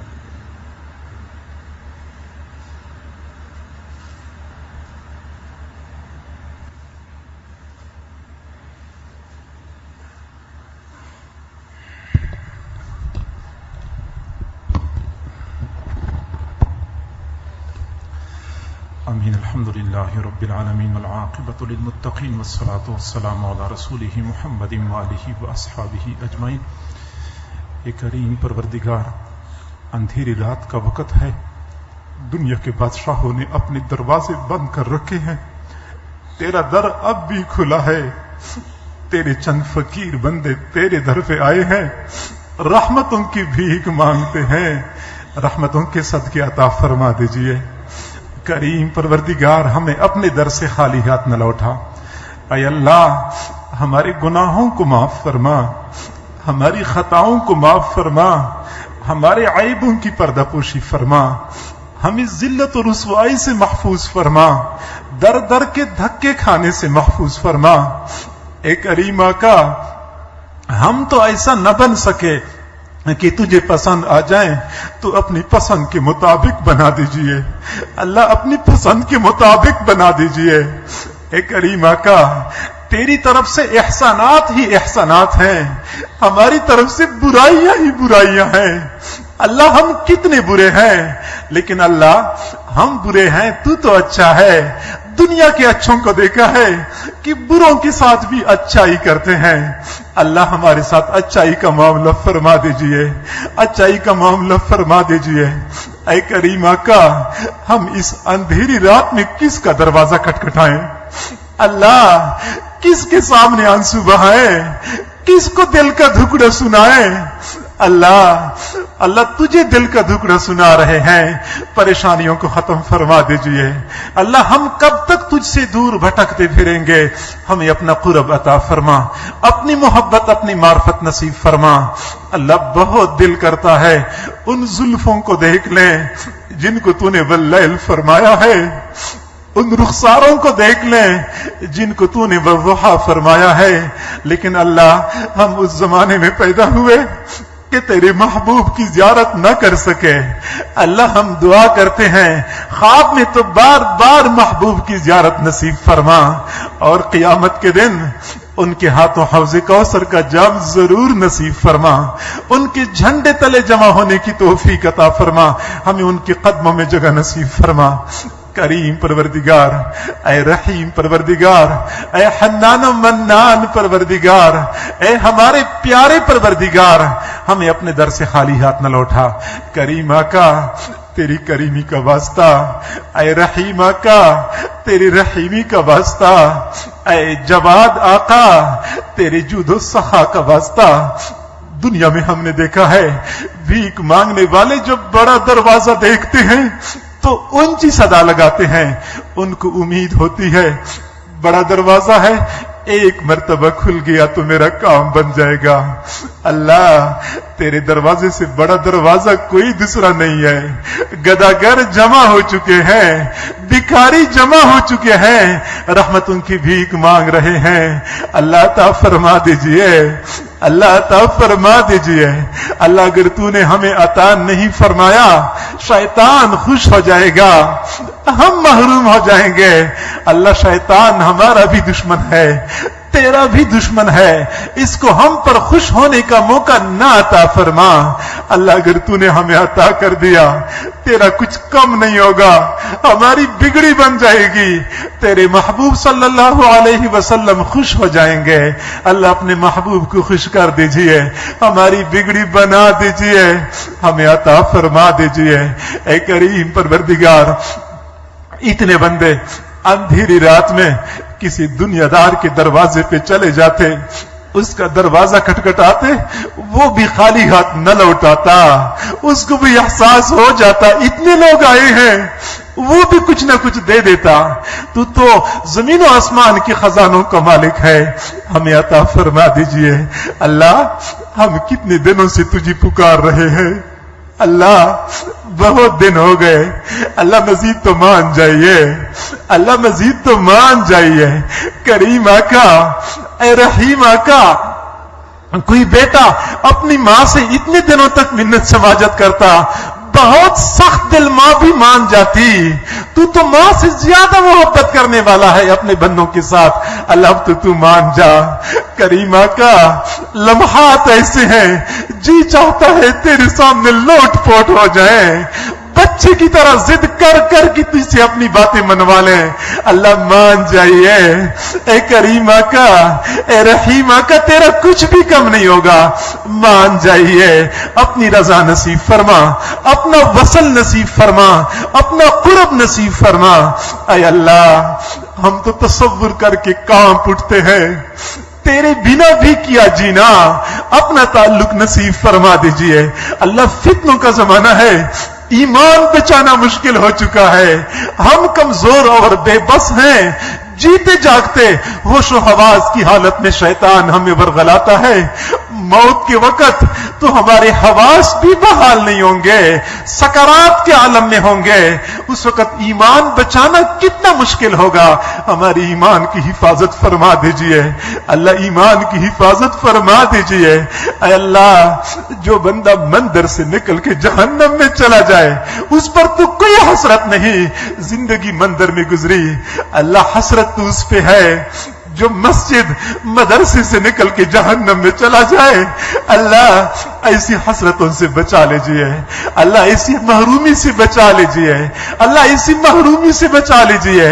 اے کریم آقا، ہم نے حدیث میں سنا ہے قیامت کے دن کتنے لوگ ایسے ہوں گے جب حضور صلی اللہ علیہ وسلم کے سامنے حوض کوثر پہ جائیں گے، فرشتے ان کو ایسا ہنکائیں گے جیسا کہ بھٹکی ہوئی اونٹوں کو ہنکایا جاتا ہے، قریب نہیں آنے دیا جائے گا۔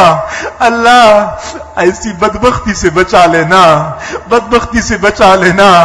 اللہ وہ کتنا اچھا دن ہوگا، ہم اپنے محبوب کے سامنے جائیں، وہ ہمیں دیکھ کے مسکرا لے۔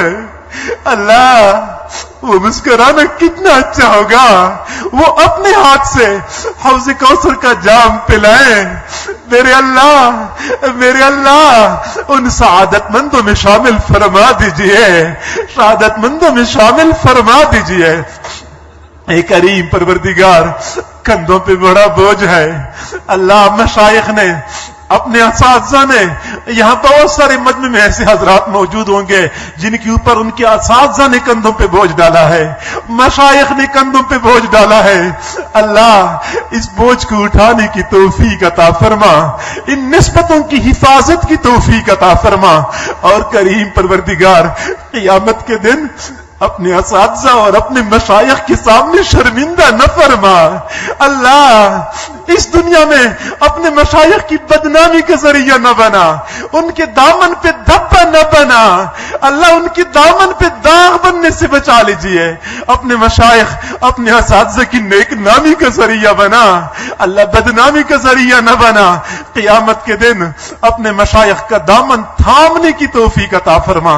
اے کریم آقا، ہم تو ناقدر ثابت ہوئے، نہ ہم تیری قدر کر سکے، نہ ہم تیرے اولیاء کی قدر کر سکے۔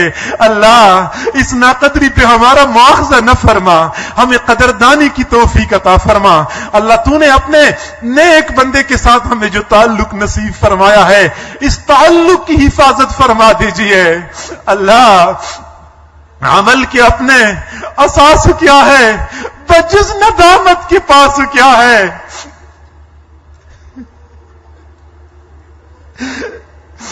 عمل کے اپنے اساس کیا ہے، بجز ندامت کے پاس کیا ہے؟ رہے سلامت تمہاری نسبت، میرا تو بس آسرا یہی ہے۔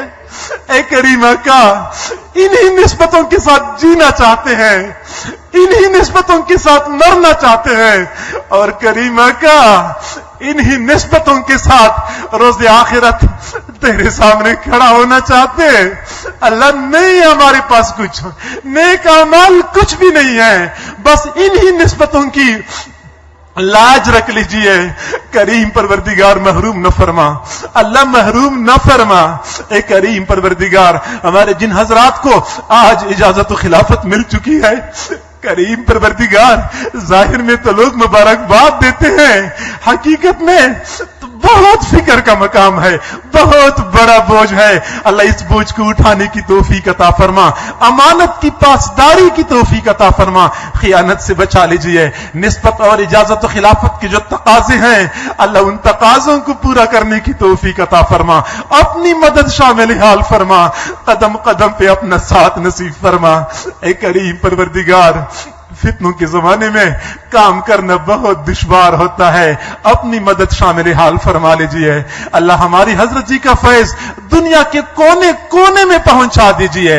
اللہ مزید اس فیض کو عام اور تام فرما دیجئے۔ کریم آقا رکاوٹوں کو ختم فرما دیجئے، آسانیاں پیدا فرما، آسانیاں پیدا فرما۔ کریم پروردگار، جس طرح وہ اپنے مریدین، اپنے خلفاء حضرات کے لیے فکر مند ہیں، اللہ تو اس کے بدلے ان کی اولاد کو ان کے لیے خوشیوں کا ذریعہ بنا، اہل و عیال سب کو ان کے لیے خوشیوں کا ذریعہ بنا، اور قیامت تک آنے والی نسلوں میں اس نسبت اور اس فیض کو جاری و ساری فرما۔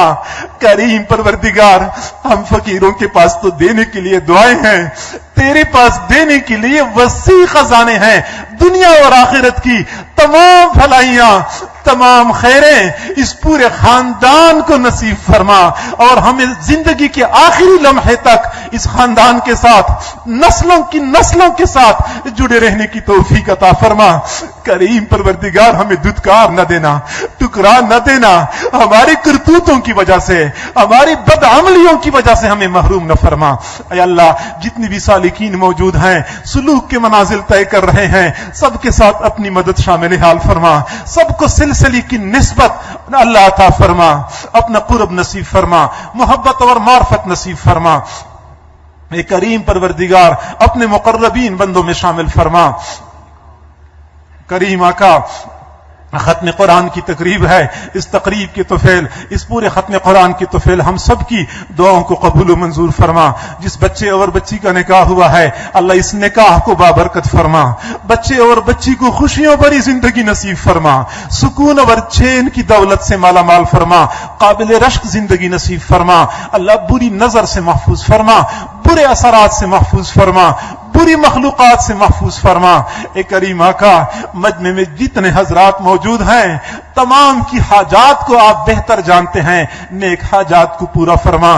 ہمارے والدین اعزاء اقرباء جو فوت ہو چکے ہیں ان کی مغفرت فرما، جن کی تو نے مغفرت کر دی اپنے قرب کے اعلیٰ ترین درجات نصیب فرما، جن کے گھروں میں جوان بچے بچیاں ہیں اللہ والدین کو ان کے فرض ادا کرنے آسان فرما۔ گھر میں جوان لڑکی ہوتی ہے، عمر ڈھل رہی ہوتی ہے، بال سفید ہو رہے ہوتے ہیں، رشتے نہیں آتے، والدین کے دلوں پہ کیا گزرتی ہوگی، وہ کس کو دل کے دھکڑے سنائیں، کس کے سامنے آنسو بہائیں۔ اے بے قصوں کے دستگیر، اے ٹوٹے دلوں کو تسلی دینے والے، اے بے سہاراؤں کے سہارا بننے والے، اے خالی جھولیاں بھر دینے والے پروردگار، تمام حضرات کی تمام نیک تمناؤں کو پورا فرما۔ جو لوگ دور بیٹھے دعاؤں پر آمین کہہ رہے ہیں ان کو بھی دعاؤں میں وافر حصہ نصیب فرما۔ اللہ ہماری اپنی ذات، ہمارے اہل و عیال، ہمارے پورے گھرانے، پورے ملک کے حال پہ رحم فرما۔ اللہ ہر قسم کی پریشانیوں کو ختم فرما، آفات و بلیات سے محفوظ فرما، پوری امت مسلمہ کے حال پہ رحم فرما۔ اللہ اس وقت امت مسلمہ میں ہر ملک میں آگ لگی ہوئی ہے، غیروں نے ہم کو آپس میں باہم دست و گریبان کیا ہوا ہے۔ اے اللہ امت کی یہ حالت دیکھ کے معلوم کر کے محبوب کی کیا حالت ہوگی گنبد خضرا میں، اللہ وہ کس قدر تڑپتے ہوں گے۔ اللہ گنبد خضرا کو دیکھ لیجئے، امت کے حال پہ ترس کھا لیجئے، امت کے حال پہ ترس کھا لیجئے۔ اللہ ایک مرتبہ پھر عید قریب آ رہی ہے، اللہ عید ہم کیسے منائیں؟ یہ کیسی عید ہے؟ امت مسلمہ کس طرح عید کی خوشیاں منائے جس امت کو ہر طرف سے مار پڑ رہی ہو، جس امت کو ہر طرف سے ذلت اور رسوائی کا سامنا ہو۔ اللہ روزانہ صبح کے وقت طلوع ہونے والا سورج ہمارے لیے نئی ذلت کا پیغام لے کے طلوع ہوتا ہے۔ حد ہو گئی اللہ، ہم بہت ذلیل ہو چکے ہیں، بہت اللہ ہم پست ہو چکے ہیں۔ مزید تو امت کے حال پہ رحم فرما دیجئے تاکہ ہم کبھی عید کی حقیقی خوشیاں منا سکیں، عید کی حقیقی خوشیاں منا سکیں۔ ہمارے حال پہ رحم فرما دیجئے اللہ۔ ہماری مختلف ممالک میں چھوٹے چھوٹے بچوں کی کھٹی پٹی اعضاء اب بکھرتے لاشوں کا اللہ واسطہ دیتے ہیں، امت مسلمہ کے حال پہ رحم فرما۔ اللہ شہید ہونے والے مسلمانوں کا واسطہ دیتے ہیں، اللہ بے سہارا ہونے والی ماؤں کا واسطہ دیتے ہیں، اللہ یتیم ہونے والے بچوں کا واسطہ دیتے ہیں۔ اللہ پوری امت کے حال پہ رحم فرما۔ مسلمان ممالک میں امن اور سکون کی فضا کو قائم فرما۔ ہماری ان دعاؤں کو اپنی رحمت سے قبول و منظور فرما۔ ہمارے ادارے کو دن دگنی رات چوگنی ترقی عطا فرما۔ ادارے کی تعمیری منصوبوں کو آسانی کے ساتھ پائے تکمیل تک پہنچا۔ پڑھنے والے طلباء، پڑھانے والے معلمین، خدمت کرنے والے، انتظام و انصرام سنبھالنے والے مختلف شعبوں کے حضرات، اللہ ان تمام حضرات کی خدمات کو شرف قبولیت نصیب فرما۔ معتکفین کی خدمت کرنے والے حضرات کو بھی بہترین اجر اور بدلہ عطا فرما۔ بہت سارے حضرات نے دعاؤں کے بارے میں کہا ہے، سب کی نیک تمناؤں کو پورا فرما، سب کی پریشانیوں کو ختم فرما۔ ہماری ان دعاؤں کو اپنی رحمت سے قبول و منظور فرما۔ وصلی اللہ تعالی ہمارے پیارے ملک کی حفاظت فرما۔ ملک مختلف بحرانوں کا شکار ہے، بحرانوں سے چھٹکارا عطا فرما، بد امنی کو امن میں تبدیل فرما۔ اللہ جو لوگ، جو ادارے، جو افراد ملک و ملت کے تحفظ کے لیے کوشش کر رہے ہیں، تقویت کے لیے کوششیں کر رہے ہیں، ان کی کوششوں کو برابر فرما، اپنی مدد شامل حال فرما، قدم قدم پہ اپنا ساتھ نصیب فرما۔ اللہ ان کو ناکامیوں سے محفوظ فرما، ملک کی دشمنوں کو ناکام اور خاسر فرما۔